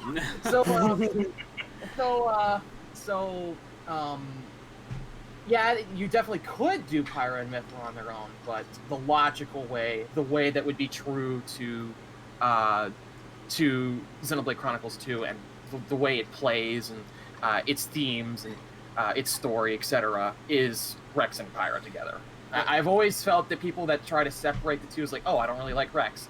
Like, sure, that I could understand when people don't necessarily like him as a protagonist, but if you're going to represent Xenoblade Chronicles 2, they're kind of inseparable. Sakurai is really big on representing franchises correctly too, and representing characters correctly, trying to make that play style from that game or some theme from that game and put it into Smash. I mean, the Dragon Quest protagonists have a RPG menu in their moveset. Yeah, exactly. You know, that he's going out of his way to represent them the way their games represent them. So yeah, I don't see him changing up Rex that much, or Pyra, you know, as a lone character or whatever. I'd see he'd probably go for some sort of gimmicky moveset involving both of them, that represents the game correctly. Absolutely. I mean, there's always the argument with the Mii costume thing as well, like, oh, we got King K. Rool in Smash 4, and now he's here again, which you can purchase, and King K. Rool's here, so it's kind of like, okay, where do you stand? Yeah, but in all fairness, they are separate game leagues. Yeah, I mean, they're separate games, and K. Rool was also a base game character. It is a little stranger if we get, like Rex specifically, because the Mii costume exists. Some people may have pulled the trigger on buying it and spending some money. I mean, I'm sure all those people would rather get Rex. Playable. If you bought the Mii costume, I assume you like the character. You probably would want them as a playable fighter. Probably wouldn't mind or feel like you got, tricked into buying the Mii costume first and then the playable character came out later. But as far as what Nintendo's sales department thinks about this, or Nintendo's reputation PR department, they literally might honestly be like, yeah, we can't do that because we already sold it to people in a different fashion. Though sometimes Sakurai has apologized for things outright. Like, he's been really nice about, you can buy the Fighter's Pass as a blind purchase, but he says it's a blind purchase, so I hope you have confidence in us before you do that. So Sakurai seems pretty on point or thoughtful about these sort of things. So I feel like if Rex did get in as a playable fighter, he may even say something like apologizing about, if you spent money on the Mii costume, I'm sorry, but we just weren't able to make him a playable fighter. I didn't intend this to happen, but now he's a playable fighter. Yeah, I sort of got that vibe from the way they were talking about Min Min, and it was very, very crystal clear that the intention, if it was possible, if Smash Ultimate's development was going on long enough, that we would have had an ARMS character in the base game. And I could even say, I would personally say, if Smash Ultimate came out in late 2019 and not late 2018, I'd even go as far to say we probably would have gotten Rex as well.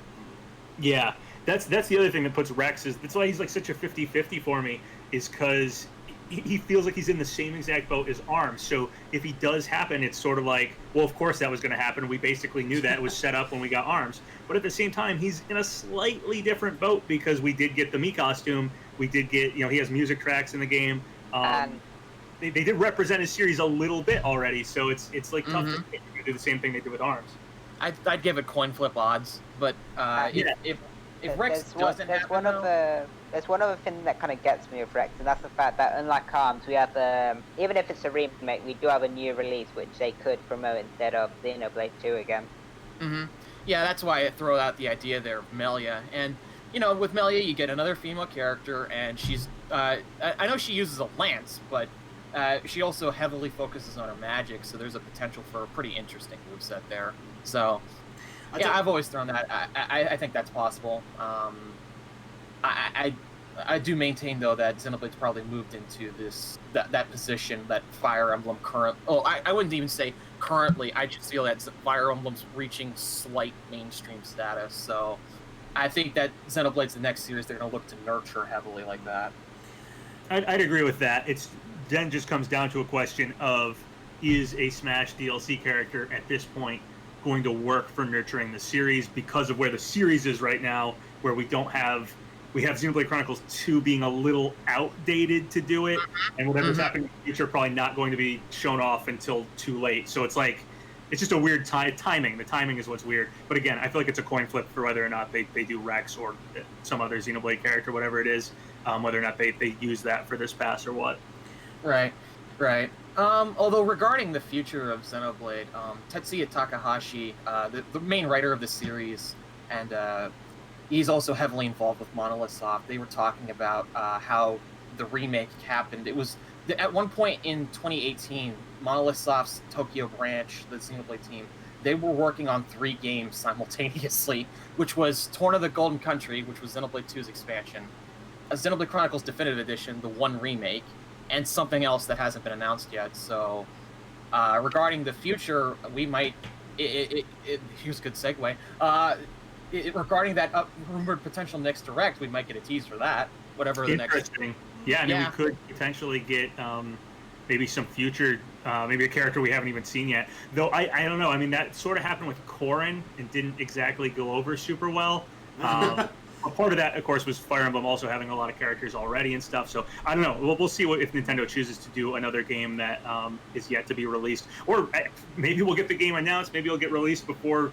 Maybe it's a later DLC character for like a third Xenoblade game or something. Who knows? Yeah. That's one thought that I had as well. I don't know much about her as well. I know you, especially you, PapaGenos, talked about a lot on your channel. Is Cosmos as well? I don't know where she fits into Xenoblade. Is she Xenoblade? Because I've never played it. I think she's an actual blade. She's in from Xenoblade. Saga. She's a guest in Xenoblade Chronicles 2. She appears as a blade that you can roll up from the core crystals. As for like Cosmos, her rights are squarely with Namco, and they have been ever since Nintendo bought up Monolith Soft in 2007. I think it was Mr. Harada, the series director of tech, and he mentioned that there was an idea to do a remaster of Xenosaga, but it just didn't pan out because of concerns of the commercial viability. He just mentioned that on Twitter, and I feel like with regards to Cosmos, if she was going to happen, that remaster almost certainly would have happened, right? Right. Yeah. No, I totally agree with that. I remember that quote that pretty much, in my mind, ended Cosmos' chances for Smash, because the whole idea was that maybe she's getting into Smash to like revive the Xenosaga series, having her cameo in Xenoblade maybe was like, a precursor to that, and then put her in Smash and then do a remake or something, or make a new, whatever it is. But yeah, it seemed like that quote was saying, no, that's not their ideas for that character in that series going forward. So yeah, I'm doubtful she'll happen. That hurt, because I know I talk about Xenoblade a lot. I'm the Xeno fanboy here, but I actually just I would be okay with Cosmos just for further Xeno representation as well. I'd even take Faye from Xenogears. Like I don't care. I just want another Xeno character. Period. I don't care who it is. I think that's with F-Zero as well. Even though I haven't played F-Zero. Ryan. Ryan. We're getting Ryan. I take Ryan. He's cool. I like him. He's Shulk's bestie. I like that guy. He's funny too. Yeah, we need definitely more. It's like F-Zero, definitely another one as well. The only two reps from the original Smash, only two series even from the original Smash got to get second rep are F-Zero, which, in my opinion, I'm actually surprised didn't get Black Shadow as an Echo, and Yoshi, which odds are won't get another rep until the end of time, even though Kamek would be awesome. Birdo. Look at Kamek before Waluigi. Yeah. Don't test your luck, SpaceKing. I know, I just said it, so it'll happen that way now.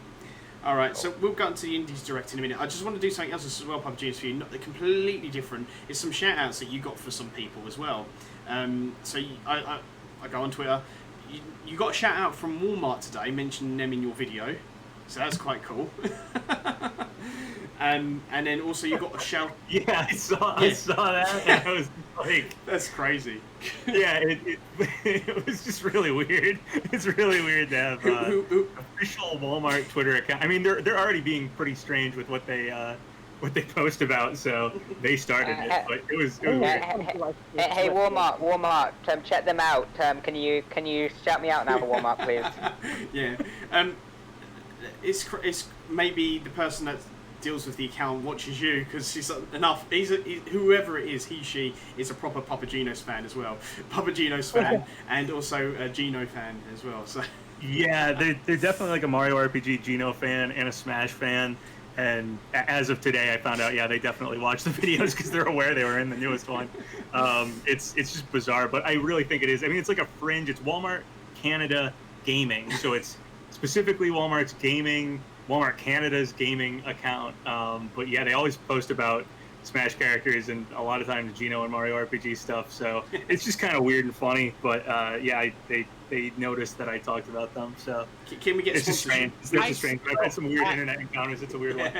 I still can't believe that's an official account. Yeah. It's really weird. and It also, reminds me of Full Swift. They just try to like appeal to the fans and stuff like that by doing whatever they want. I mean, bizarrely, like if you get in charge of your company's like social media account, like the idea is to get stuff out there. Like that's what you're supposed to do, get as many clicks and views and stuff.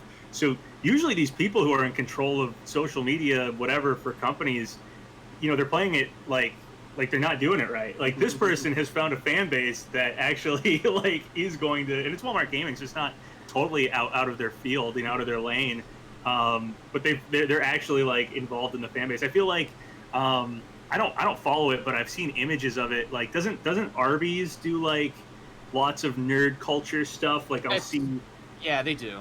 Yeah, they'll do stuff like that. Like that's a good way to run a social media account, like doing stuff like that. So Walmart Canada Gaming, if whoever does that, their job is just to get views and likes and just get the name out there.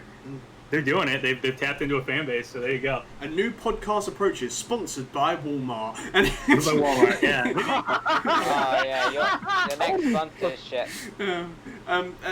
That was really weird. I was trying to think of something now. There was something else I was gonna. Obviously, you got another shout out as well by that. I forgot how can I say this. The Super Mario RPG kindish, the game that's kind of like that. And they shouted you out and said about maybe you becoming part of their game as well. Yes, yeah. That game looks awesome. I mean, that is like, they really captured the look of Mario RPG, and they even, I think the enemies are like puppet looking, so they're even, I think, going for an extra like Geno theme for it. So yeah, I'm excited about that one. They reached their Kickstarter goal, so yeah. Hopefully they do make me a non-playable character in that game. That'd be so cool.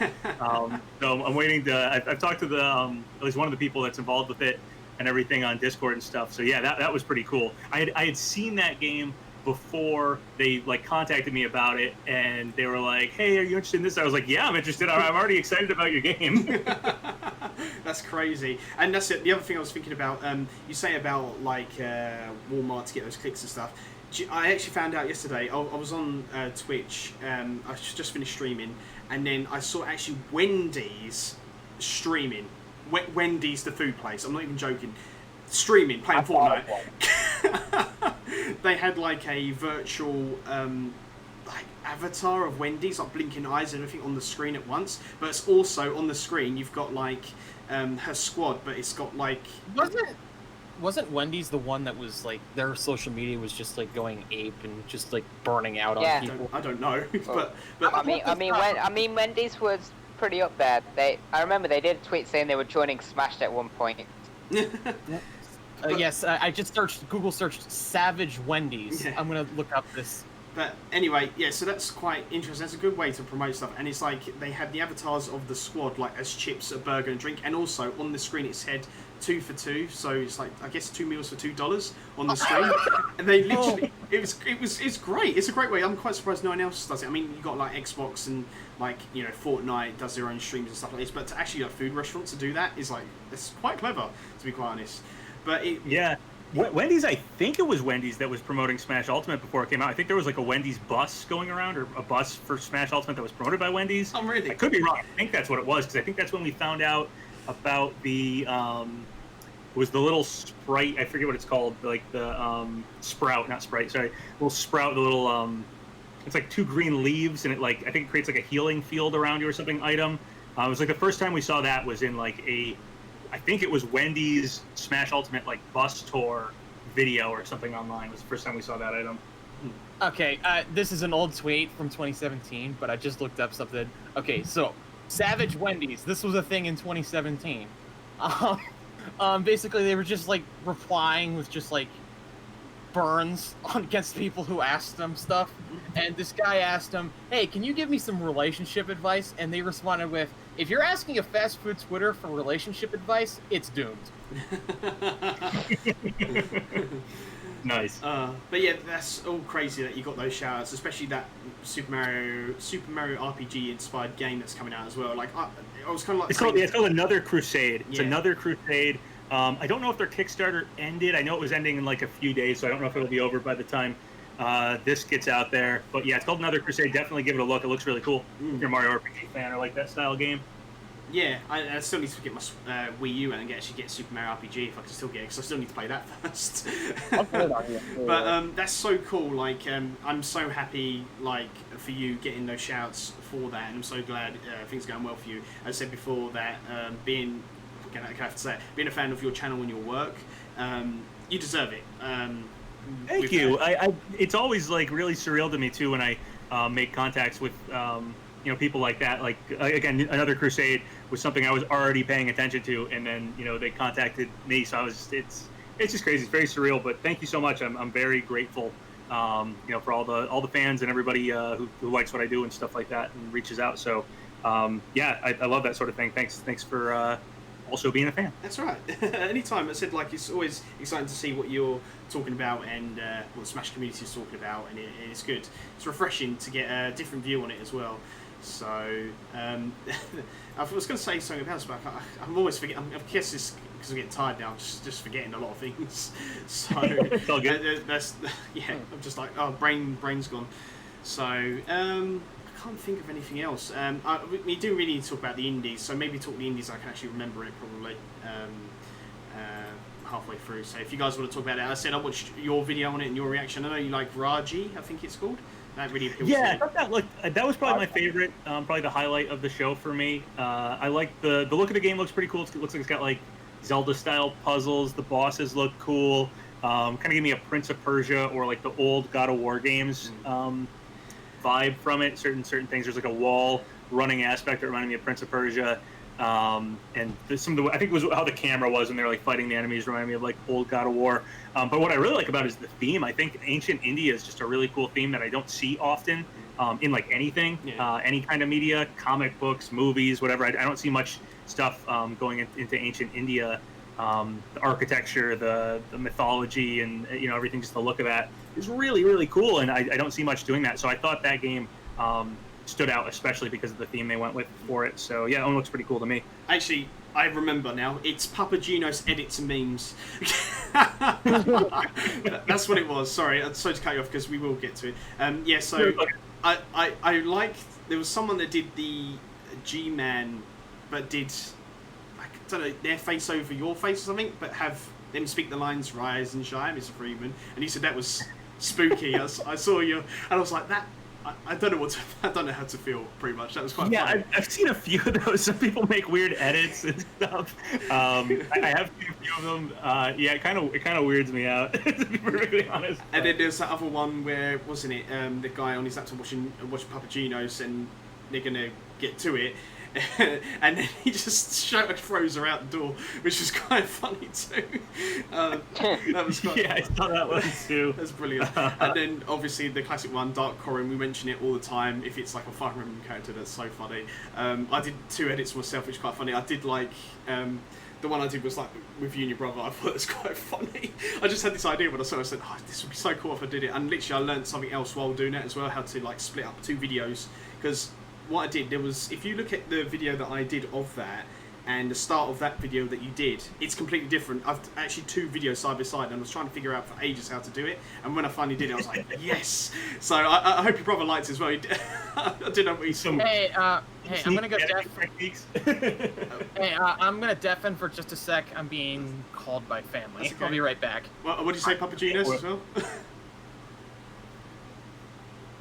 I'm sorry? What did you say before that? So I didn't hear you because SpaceKing said he had to deafen. Oh, did he see it? What did I say? Did he see it? I'm spacing. What did I say? You're talking about? Oh, I think I said. So you did some clever editing. I think I just said something. Yeah, like that. yeah. And then it was like you and your brother don't talk. Did he see it in the end? Because I know he was going to show it. Yeah, I saw that one. That was funny. Where he's just like, he's just looking around like totally bored. He is tough to get to sit down and film stuff. He's so tough. So I showed him that one. He thought it was pretty funny. And the thing is though, it's just I feel bad because like when Cody came on, it's like you did the meme of him before. It was like Cody has cool hands, and now this now feels like now every time I come onto my brother's channel, I'm gonna get memed. He thinks it's funny. He's fine with it. He thinks it's really weird. He's like, He's like, I'm barely on your channel. I barely pay attention to it. And like, I'll go in your Discord and people know who I am. I have like, there's like an emote for me on the Discord, like to make a video and stuff. He's like, it's so funny how he's very disengaged with the whole thing. But it's so funny. If it makes you feel better, He's the channeler of your channel. Yeah. Yes, exactly. If it makes you feel better, it's just like my brother. My brother will pop in my chat every now and then, say a few words, and then just leave again. It's just the same with me. So he lets me do my thing. He does his own thing, sort of thing. But it was so hard. Even that necklace thing, because he was doing that thing with his necklace. I was thinking, how do I get a sound for that? Because you obviously can't hear it because you guys are talking. So what I did Right. my own necklace sound, because I wear a necklace when I stream, and I used that and put it over it. I didn't realize there were sound effects. I didn't realize there was like created on a soundstage sound effects for that video. I had to do that myself, and I was thinking, God, this looks so funny. Like, because like I see you, because like, obviously when you was talking and he was talking, I think it would be good if like when PapaGenos is like listen to Cody, I just cut out Cody, we listen to PapaGenos, and then just look at each other, or just like the side of it was just so hilarious. I'm so glad it turned out the way it did. It was so funny. It's hilarious. That's a great video. I love that one. And then thanks for making that. No worries. It was so funny. I was just trying to figure out, like, what can I do? So I was like, because I really want to do something funny here. There's something funny here, and I'm just trying to figure out. And when I worked, it came together. And then I did the whole PapaGenos one that someone tried to. Oh, we're trying to wind up PapaGenos fans by saying PapaGenos. I'm thinking that's actually another good heading right there, PapaGenos. I thought that was quite funny as well. So I thought I'd do that. Yeah, no, it's good stuff. They make me laugh, so I'm happy. People are making like those things. They're like kind of weird, but then like I find them really funny. I'm trying to find. I know I've got another one. I don't think. Hang on. I think there was one I made, but I'm not quite sure. Or I think I did make it. I'm going to find it now. Give me a second. I'll try and find it for you. Sure. What's it under? Sorry, guys. What's it? Oh god, I've sorted this folder out so many times I don't know where anything is now.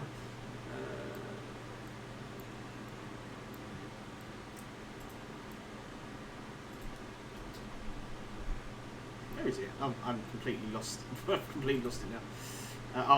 There's it. No, wait, here we go. Please tell me I put it in the Smash folder. Oh no. There's a Smash meme I've got with like Sakurai just sticking up his middle finger, as you get. I don't think I've got it. I think I sent it to you. Let me just see. I think I sent it to you. Yeah, and if you find it in the DMs or something, if you find a lady, you can send it to me. Again, or just point it out or something. Oh yeah, it was like Yeah. I think it was the angry. You gone? That just reminds me of what PapaGenos said in the Balif presentation. No. And he's straight up giving us the finger. So. Yeah. No, I think I know what it was. It was like your reaction. I think there's someone's got an image of you like with a serious face, and I used that, and basically I put that, and it was like, oh, not enough Fire Emblem character. Like several months later, and Papa Byleth. That's it. That's the one I was trying to say. Yeah. I've seen that. That angry. It's like I did that like on purpose. I did like this angry shot of my face for something in some video, but somebody screen captured it and it's been passed around. So yeah, it's pretty funny. I need to find that again, but I'll show you later. But anyway, let's talk about indies. So yeah, Raju, as we said, that you was quite interested in that when you said about it. Was there anything else that stood out to you on that? I mean, for me, I wanted to see if there's anything worthwhile in there, and usually I had my friend Mark tell me if there's anything. He kind of doesn't really deal with the channel or anything. He said, oh, if you want to see something cool, here's a timestamp of this, because he watches them but doesn't get really involved with them. But he knows I make sometimes content, and he said, check out this timestamp. You check this out. It's like the whole Sans thing. I said, is there anything good on the direct today about Smash? Or he said, there's something Smash, but I didn't tell you what it is. And then it's like, here's a timestamp for it, so watch it when you can. You might have to go back like a few more seconds, like 10 seconds. And I was like, okay. And then I watched it, and it was like mind-blowing in Sans. And he hasn't really done it lately, but then with this, it's like, I don't really think there's anything. I mean, it could have been, but I didn't think, nah, indies is not for me. The partnership thing, yeah, and normal general directs, but this didn't really appeal to me. So then I just watched your video, your live stream, and just watched it, really. So was nice. it? Yeah, the other game that stood out to me was the card game, the Card Shark. I thought that looked pretty cool. Yeah. Just the concept of the game is just really interesting to me. I just think it's really unique. You have your cheating at cards. Yeah. It's an interesting concept. Cheating and you get your head blown off by Yeah. something. But I like what you said in the video. They could have expanded on that instead of just doing that. It was like France or something, like in the it's like Renaissance France. It looks like. Yeah. I would have liked to see like from history, different places and different eras and so like immediately what came to mind was like Wild West, like guys sitting around a saloon about to shoot each other or something, playing cards. But even like modern day casinos, you could do gangsters, in some like pub or something like that. I could think of a lot of things you could do with it. I thought that would be pretty cool, but I don't know if the game has like a single storyline, like you play as a certain, like one character or something. And I guess the person who made it appears to be French, so maybe they were trying to capture that history of French card game, history or whatever. But I do think it would be pretty cool to do that theme or that gameplay in different themes. I think would have made the game really interesting, at least probably more appealing to me personally. But I still think the gameplay sounds really cool. Again, interesting concept. Especially with Indian mythology. I'm going to say mythology. I can't even say it now. Mythology. Yes, I don't say what I say lolly for.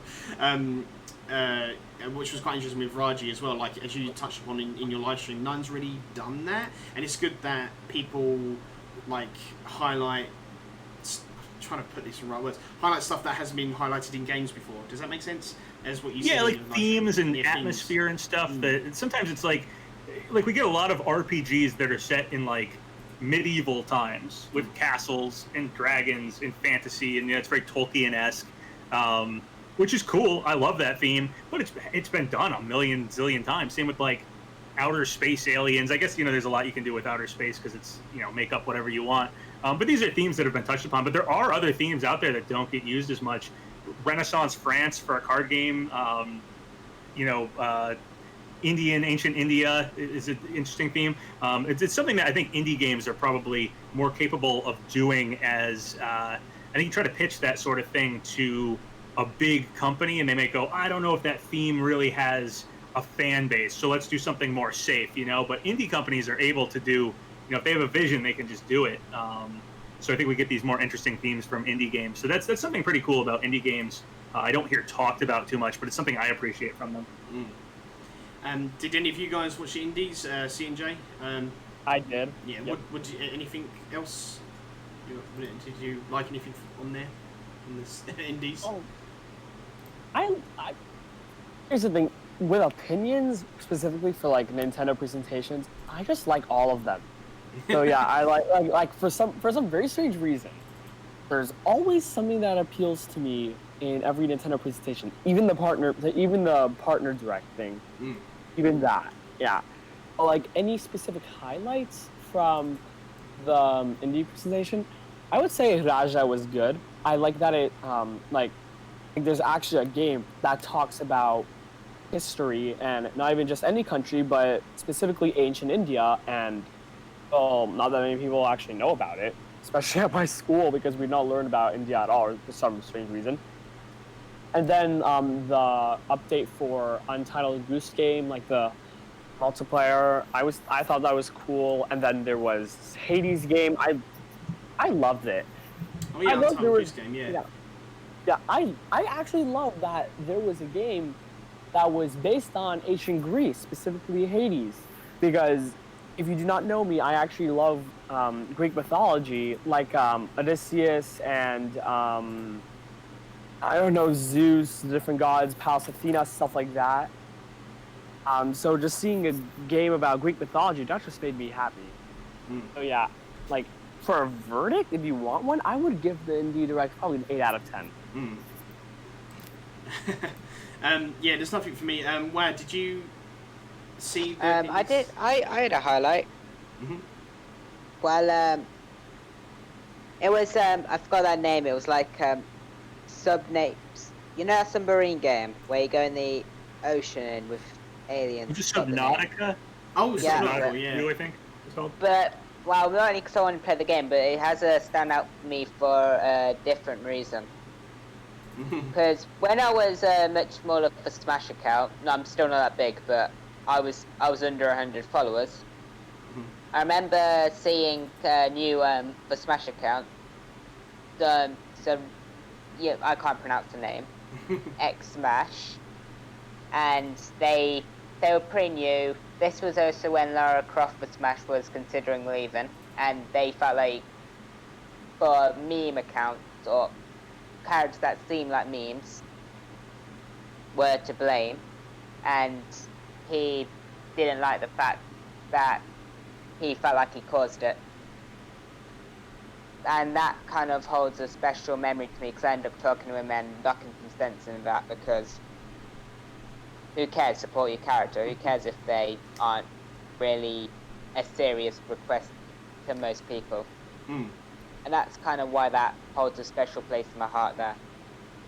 I definitely think, you know, if there's a character you really like, just, you know, talking about Smash character desires and stuff like that, you know, stick by your character, promote the character and stuff, and even if they don't seem particularly likely anytime soon or something, Smash occasionally surprises us with characters out of left field, and honestly, you know, you support the character now, you build it up over time. I know it sounds daunting to be like, oh, maybe next Smash game, which could be like 5 years from now or something like that, but that really is how you know, these characters get in. Like the King K. Rool fan base just stayed alive, the Ridley fan base stayed alive, pushed those characters until they got in, and you know, it does happen. With Banjo-Kazooie. Banjo-Kazooie, yeah, exactly. A lot of these characters. Same with Gino, Isaac, Waluigi. I mean, if these fan bases just gave up, yeah, you really think they'd go for these characters? Banjo wouldn't get in over Steve or Master Chief if it wasn't for his Bandaman. Exactly, and I mean, something like, yeah, if Microsoft and Nintendo got together and there was no fan demand for Banjo, or Banjo fans had stopped talking about him for Smash, definitely would have went, you know, a different way. Similarly, even someone like Isaac from Golden Sun, who didn't become a playable character, but, you know, Golden Sun is almost never even mentioned by Nintendo anymore, and Smash still keeps, you know, Golden Sun alive. You know, we got to see Isaac in a modern day render, you know, something like that is cool. Even like when I got the Geno Mii costume in Smash 4, I was happy about that, just to see like some acknowledgement for Geno, or even the Spirit in Smash Ultimate. You know, just keeping these characters alive in that way, seeing that culminate by actually getting something in Smash is almost certainly because of these fan bases. So yeah, definitely keep the hope alive for a character, even if they seem really unlikely right now. You know, things can be surprising, and building up that fan base can actually have real results, which is pretty exciting. Yeah, I'm hoping, like, I said Marina Light Years, Nintendo 64 era with King K. Rool and Banjo, and now with the Pokemon Snap thing looking this way, and maybe even that rumour of like Nintendo Switch Online, Nintendo 64 thing as well. It would be great if Nintendo were looking this way for Nintendo 64, so more characters to Smash and be like, oh yeah, come on, I need this. Come on, look at Mario Tennis. Look at Mario Tennis, guys. Who's that purple guy? He should totally be in Smash. I mean, look, he's the colour purple. Anyways, ahoy! I just got back. I quickly scarfed down an entire steak. Oh, nice. Did you bring just any? So I could get back. Unfortunately, no. And even if I sent it to you, I think it would turn into holographic steak. We were just talking about the Indies Direct now, Space. So if you got any games that stood out to you as well, and I forgot to mention Untitled Goose Game Co-op. That is cool, to be quite honest.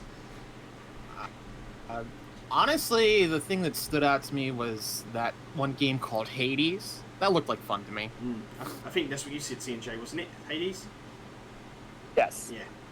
So yeah, the direct started out with that, or the showcase started out with that, and the animation was like absolutely beautiful. Like if that was an anime, I'd watch it. Like, that was pretty sweet. I like how you saved that just in case somebody says, "Oh, it wasn't a direct." What you on about? Exactly why I corrected myself. You know, Smin, that direct sucked. They didn't even announce Halo Collection. I mean, what the hell? Hey, I'm gonna send. That's like my favourite indie game. Hey, I'm gonna send PapaGenos a meme that I made, right? And I'm gonna put it on the screen in a minute as well. You know that I made a new meme, so basically this is like every direct ever. if you get it in the DMs, there you go. So I just made that. Take a look. yeah, basically. That's generally how they end. If you guys didn't see, so I just sent this to PapaGenos. Yes, you guys know, famously. Wait, so no Smash? Literally every single direct ever. And you might appreciate this one. I'm going to send you another one, which I found in. You might have seen this already. Is this one? You might have seen this one. Yeah, I've seen that. That's great. So I'll share it in the in a guest chat as well, guys, so you can see it. I don't know if you. So this one. And then I'll put that on the screen as well very quickly. This one, I thought it was amazing. They also did Hawkeye from Endgame. They put PapaGenos' skin and lines on his eyes on it. And he says, "Don't do that. Don't give me hope." But the writing is from Super Mario RPG as well, which is awesome. I need to find that one. This is great. Beautiful. I don't know if you saw this one as well. Sorry, I'm going to just send you lots of memes now. This one, I screen capped this exactly. So.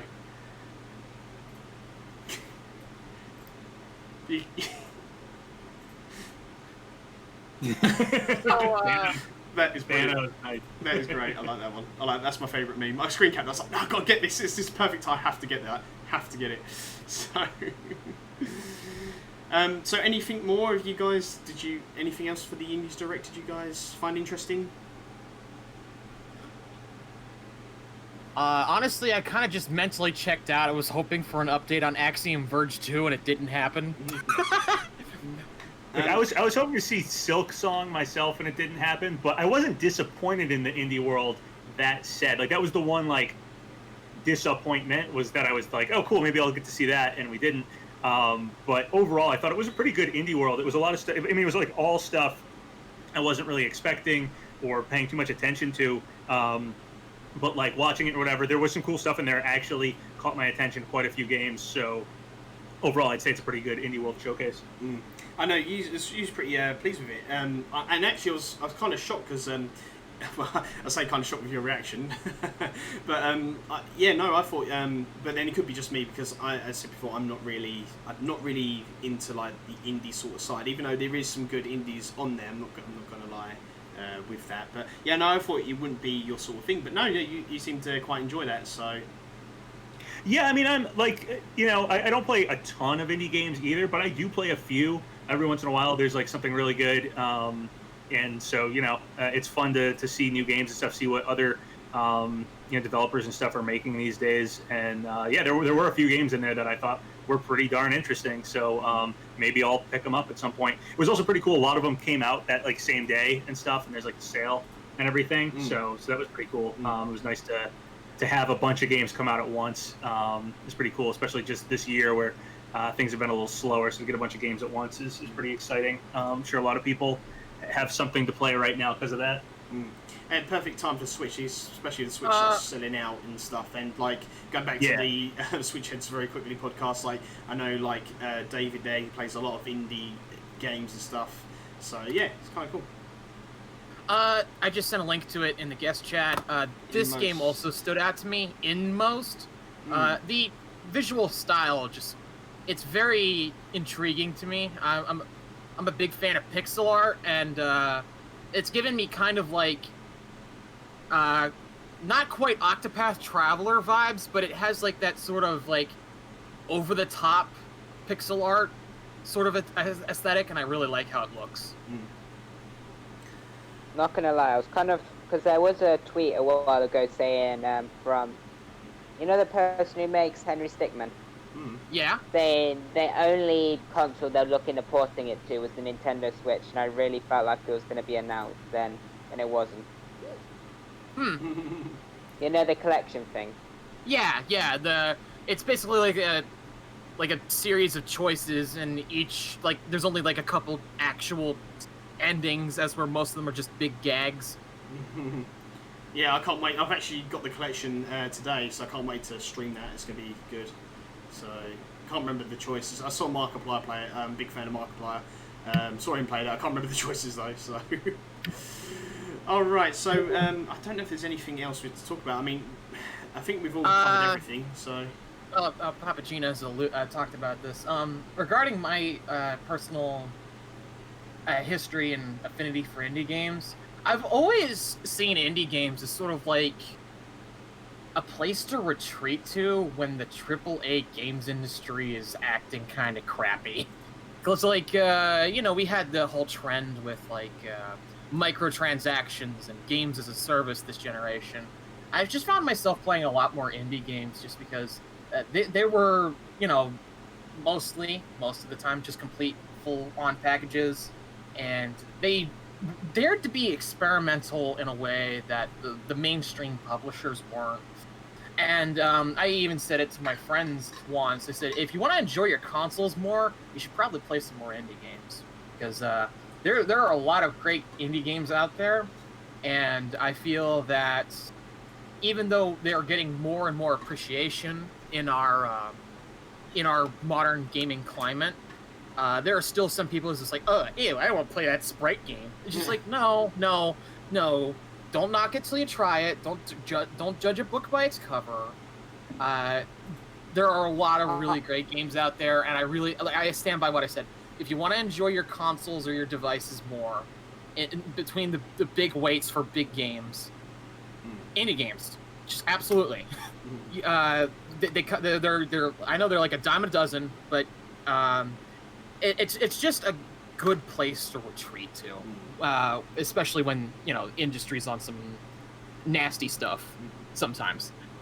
I would agree with that. I mean, sometimes, like, I don't know, there'll be like a trend or something. I think I sort of mentioned it earlier, where it's like sometimes it'd be tough to push an idea to a big publisher because they'll say, I don't think that's going to sell, so they do something more safe.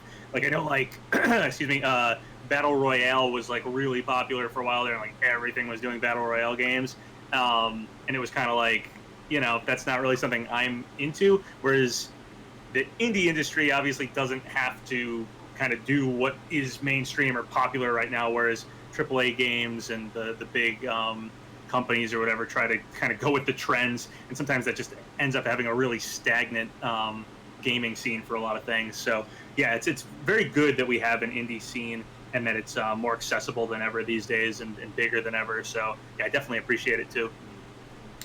All right, there is something I do want to go back very quickly. Sorry, I don't want to keep you too long, PapaGenos. I do want to do, if we can do the Smash Bros, would be great, because I know that where myself and C&J, I guess basically, we really want to do some Smash Bros with you if we can. I won't be able to make it. Oh, okay. Man, never mind. Next time. Yeah, honestly, I'll probably have to duck out too. But if you want to try to do that some other time, hit me up. I'd be happy to try to do it. So that's cool. We just go briefly over what you said. Also in one of your videos lately as well, we talked about last week on the podcast about the M-rated. I wanted to talk about that. I was like, what was I thinking about? So, I don't know how I don't know, because I know you're saying it's more likely, especially with your newest video about a M-rated character with the logos and sort of thing. But I don't know, because I just don't know. I don't know what it is about it that I don't know if I don't trust it. I just don't know why. I just don't like the theory. I'm not saying, and I wouldn't even say not like it, but he doesn't want Master Chief to smash. That's the truth. No. It's I don't know. I just something about this theory. I'm not saying it's wrong or anything like this. I just can't figure the words. It's kind of like a sort of theory to me. I know, and there's a lot going for it anyway. But it could be just my bias sitting in as where I probably just said about Master Chief, because Master Chief, I know I think I think it's M-rated in America, but in England it's a teen rating. It's 16 plus. So I think some of the Halo games, I believe, are teen here as well. I think Microsoft actually pushed to get the rating dropped down, but it was at one point an M-rated series. It's the same thing for like Ninja Gaiden, Ryo Hayabusa. Some of his games are M-rated, some aren't. So, I don't know, characters like that, they may fall into that, they might not. Wait, I have a question now. If, sure. let's say those would fall into M-rated, would Felix Wright actually fall into the M-rated, considering one of his games, by some freak of logic, is an M-rated game? See, that's totally up in the air. I really don't know, how this would actually turn out for certain characters. And I will also say Smash sometimes does, like obviously Cloud is specifically from Final Fantasy VII, but like our Dragon Quest rep is like the logo is Dragon Quest 11, I think Bayonetta is Bayonetta 2. Sometimes they're very specific about what game, what the series. It's more like a specific game that they're representing. So I don't know if that would change it if a character's from a series that have had multiple ratings, or if they're just going to go with whatever the strongest, rating that series has ever gotten would be. So things that have gotten an M rating before would be considered an M-rated series overall. My assumption is the ESRB doesn't want kids looking up these games. If they're if you're watching a presentation and the game title is shown, a kid could look up that game and it's an M-rated content, whatever. I feel like that's where this is coming from. As silly as that sounds, the SRB can be pretty silly about stuff. But my thing about the M theory is that I personally believe it, but I don't really I'm not going to push it. Like if you don't believe it or you think it's a little faulty, that's totally cool. But I think regardless, an M-rated character was pretty likely anyway. Usually predictions, I usually had an M-rated character on my predictions anyway. So that's kind of how I'm looking at it. I think it's probably true, but I don't think it really changes how I would predict what characters we might get. So that's how I'm looking at it. I agree with the notion that we're probably going to get an M-rated character in any capacity. It's just that I don't necessarily know about how I feel about the theory in particular. Because, I always go back to the pre-launch, how we had the special edition of Smash Ultimate, with a box, and people, thought, oh, this must mean the only characters left are Incineroar. Okay, and that was correct, but I do wonder, I do wonder if... I've always personally felt that, people, after that point, were kind of looking for patterns. And sometimes they pan out, sometimes they don't. But in my mind, I'm a skeptic all the way. So it's just you might have a theory, you might have a lot of evidence for it, but the skeptic in the back of my head is just nah, I'll just wait and see. Yeah, I mean, there's always been a lot of Smash theories and stuff. A lot of times it's reaching at really bizarre things. Personally, oh, go ahead. Well, Waluigi confirmed, boys. Yeah, the chairs for Waluigi. Chairs and stuff. Yeah, though I do think personally, this is just my thoughts on it. I think M theory is pretty solid. It does kind of remind me of the box theory thing. The idea of box theory is that some company had to print out the box for Smash, and it was going to have all the characters on it. And we've gotten a look at the box, and kind of do the math. It shows 2 more characters, and that's what happened. I do think when the theories generally involve things like a printing company, this was one of the things the Grinch leak had going for it, however. Yeah. So, obviously that one was wrong. But when they do involve things like a printing company like Box Theory had, or this one which involves strange things happening with the ESRB and how the American version of the Smash Mr. Sakurai Presents videos are different than those from other countries or other parts of the world, could point to the ESRB doing something which could point to a future character having an M rating, and that's why the logos are gone. I do think it's a pretty solid theory, to be honest. But again, I don't think it changes who I'm guessing at. So I think it's a true theory, but it doesn't change anything. So, whatever. It's not that mind-blowing or that... I don't think it sticks us in a box where we're like with the way...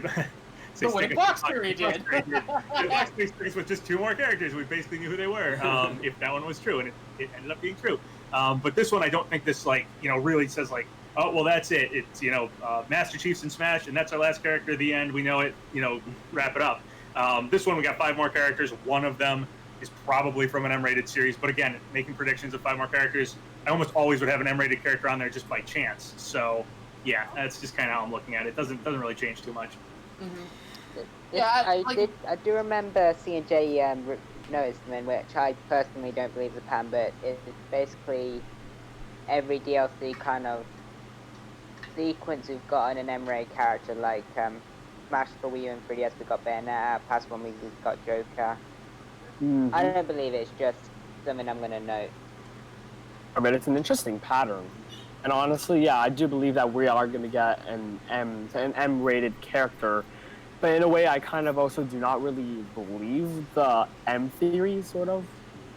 I think the only way we'll get confirmation on if M theory is right or not is to see if presentations happen with an M-rated character and what that presentation gets rated as. So, if we do get an M-rated character, is the Mr. Sakurai Presents going to be E10 plus through M, or if we get an M-rated character and that presentation happens and they never mention the series name for the character in the American version of the trailer somehow, or they skip around it, or something like that. It could be pretty interesting. Someone pointed out to me that I think it was probably just because things were so early on, but Joker didn't get a Mr. Sakurai Presents. Joker was just in a general direct, though when Joker was announced, the Persona logo was still in the American version of the trailers. So whatever change happened with the ESRB that maybe got rid of these logos in the trailers probably wasn't in place anyway. So I do think Joker was probably just not getting a Mr. Sakurai Presents because they hadn't thought up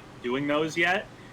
Him being the first DLC character, but it is a little interesting. The one M-rated game series character they announced in a general instead of giving him his own presentation. So I don't know if that had something to do with ratings even back then. Who knows? I have sort of my own theory on the whole Joker preview video on April 16th. Probably it was not like a Mr. Sakurai Presents, is because in a way it kind of reminded me of like how Persona 5 is sort of styled, like just the video and the aesthetics. So in a way, if Sakurai-san did a Mr. Sakurai Presents on it, it sort of did not really feel like it was Persona 5. That's just my opinion, but Like they tried to theme that one very, very specifically to Persona. Yeah. Yeah, that might be it too. I mean, there's probably a lot of different decisions that were going on, especially when it was the first character we got. Maybe they planned to do that for each character, theme the video like that, and then decided on the Sakurai Presents instead. Who knows what happened behind the scenes with the character reveals and everything.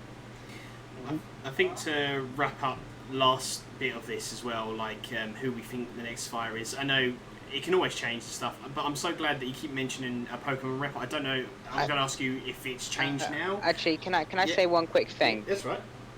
With M3, let's say it's real. Would that also mean we wouldn't get any Mii costumes from, let's say we got Dante, we wouldn't get any Mii costumes from Devil May Cry because it couldn't have the / Devil May Cry?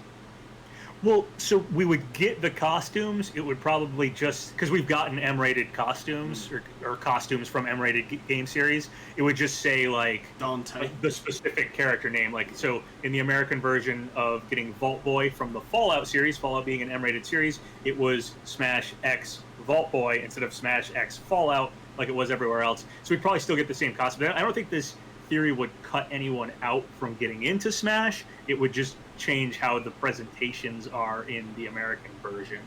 I highly agree. Yeah, I said that last week. I said even if the theory is correct, like if we get Dante, like there's no way they aren't selling Virgil and Nero costumes. There's no way.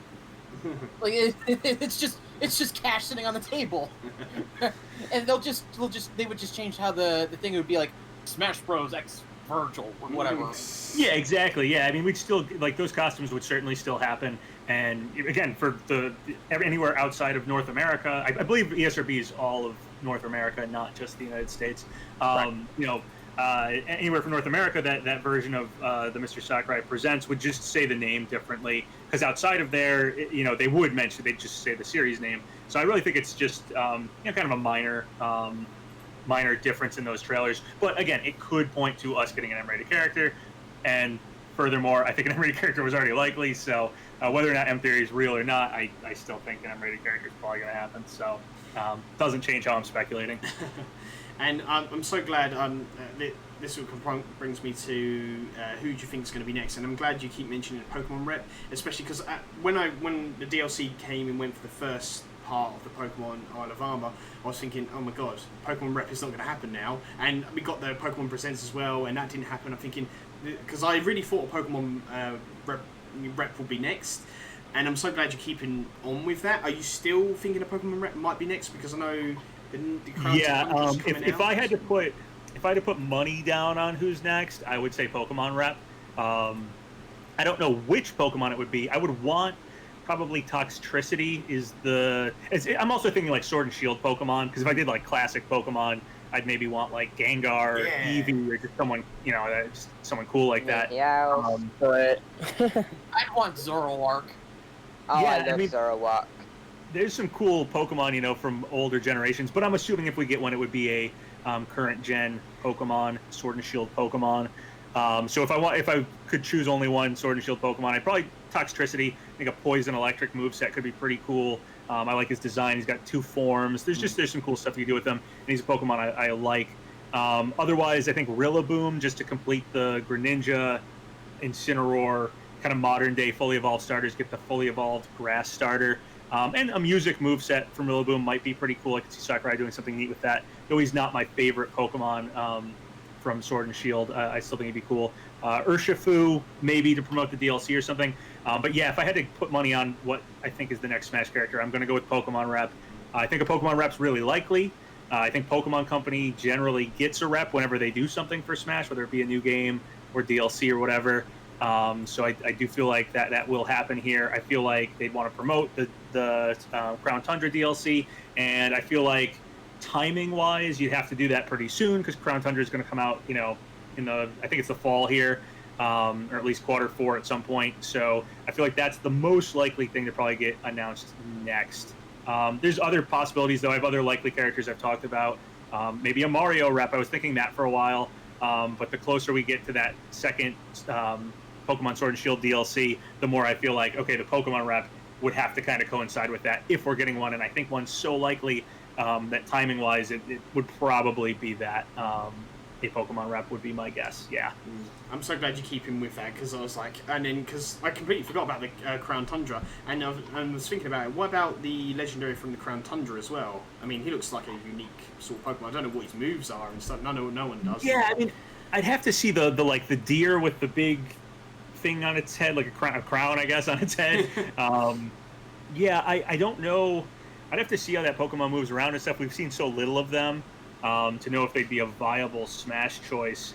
I think we need to see more of them, but I'm thinking it'll probably be either one of the starters, fully evolved starters, maybe Urshifu, because that was kind of a promoted Pokemon, though I would have sort of expected that with the first DLC or to coincide with that, or possibly Toxtricity or just a Pokemon that's just popular from Sword and Shield, but we'll see what we get. But I'm assuming a Pokemon rep will happen, and probably pretty soon, because I feel like if a Pokemon rep doesn't happen next, I'm assuming we're not going to get another Smash character revealed till maybe at the earliest, like late November, early December, though I'm honestly thinking maybe even into next year.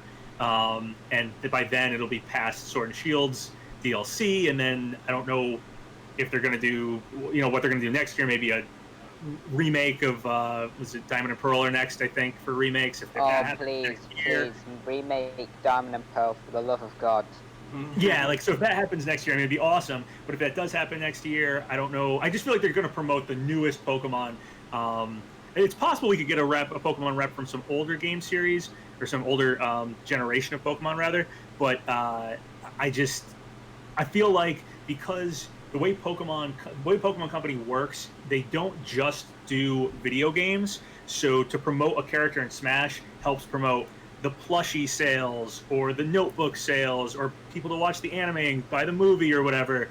So I feel like they'll probably do a Sword and Shield Pokemon, because going forward, that's going to be their marketing campaign is going to be Sword and Shield stuff, at least for a decent amount of time. So if they want to promote something with Smash, I feel like it would be Sword and Shield and not just Pokemon in general. Again, it could be like if we get Diamond and Pearl remakes next year, they promote a Diamond and Pearl Pokemon to Smash, but I'm doubtful, because although that would help sales for Diamond and Pearl, it doesn't necessarily help sales for everything else they're doing. The card game, the plushies, all that stuff is probably going to be more Sword and Shield focused. Their whole marketing, their whole sales is going to be more focused on the newest stuff. It always is for the first few years of it. So I think a Sword and Shield Pokemon is more likely. Yeah, I can't wait. So I think nearer the time as well. I don't know when was the Crown Tundra? Is it September or is it October-ish? I don't know if we have an exact date for it. I think we just have the fall or Q4 or something like that for it. I could be wrong about that. But that was my notion, was that it was just soonish. But let's say we get a direct next week or the week after, sometime fairly soon here. The character is revealed and they're getting released a month or a month and a half later, and it's right around the time of Crown Tundra, would make perfect sense to me. Pokemon rep, then a Zelda rep, then 3 third parties. That's what. There you go, sorted. So, before we end it here, then, so I guess. Honestly, I just want me to be honest here. Yeah, go on. I don't think a Pokemon's gonna happen In all I honesty, also agree. I don't think Spirit is confirmed, but I do feel like Spirit, if Spirit event ones are an indicator of what we won't be getting, and the Pokemon Spirit event's just a red flag to me. They did, yeah. Pokemon Sword and Shield did get a Spirit event, so some people are kind of taking it off the table because of that. Though that Spirit event did just have the first evolutions, it didn't have their final evolutions, and I think just the legendaries. It was a pretty small Spirit event, but yeah, it is possible. I think it also had like the bird Pokemon.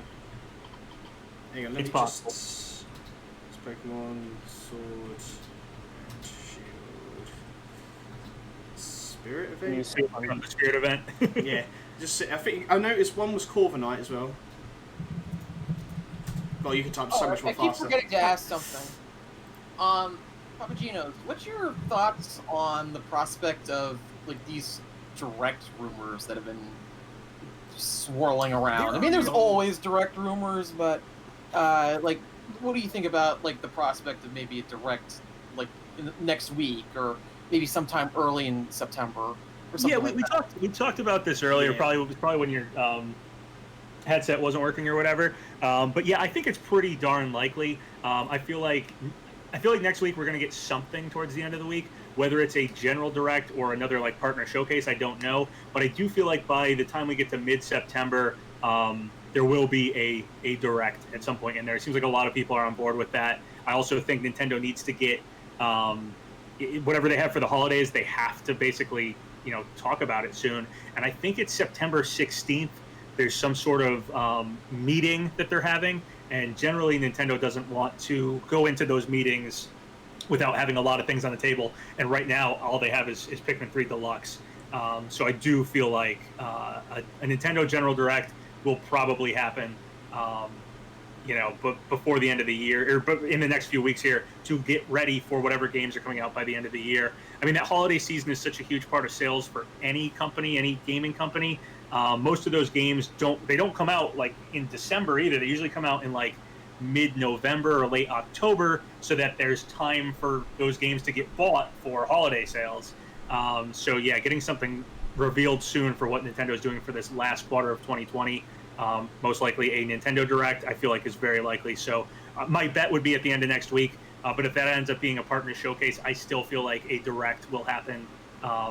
In early September, then like I do feel like we'll get one. Also, we got Indie World this week, and there's a pattern of like an Indie World happening, and then the next week getting a Nintendo Direct. That usually happens.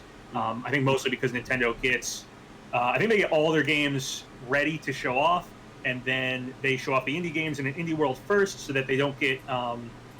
There was somebody came up with a good term for this earlier. I forget what it was.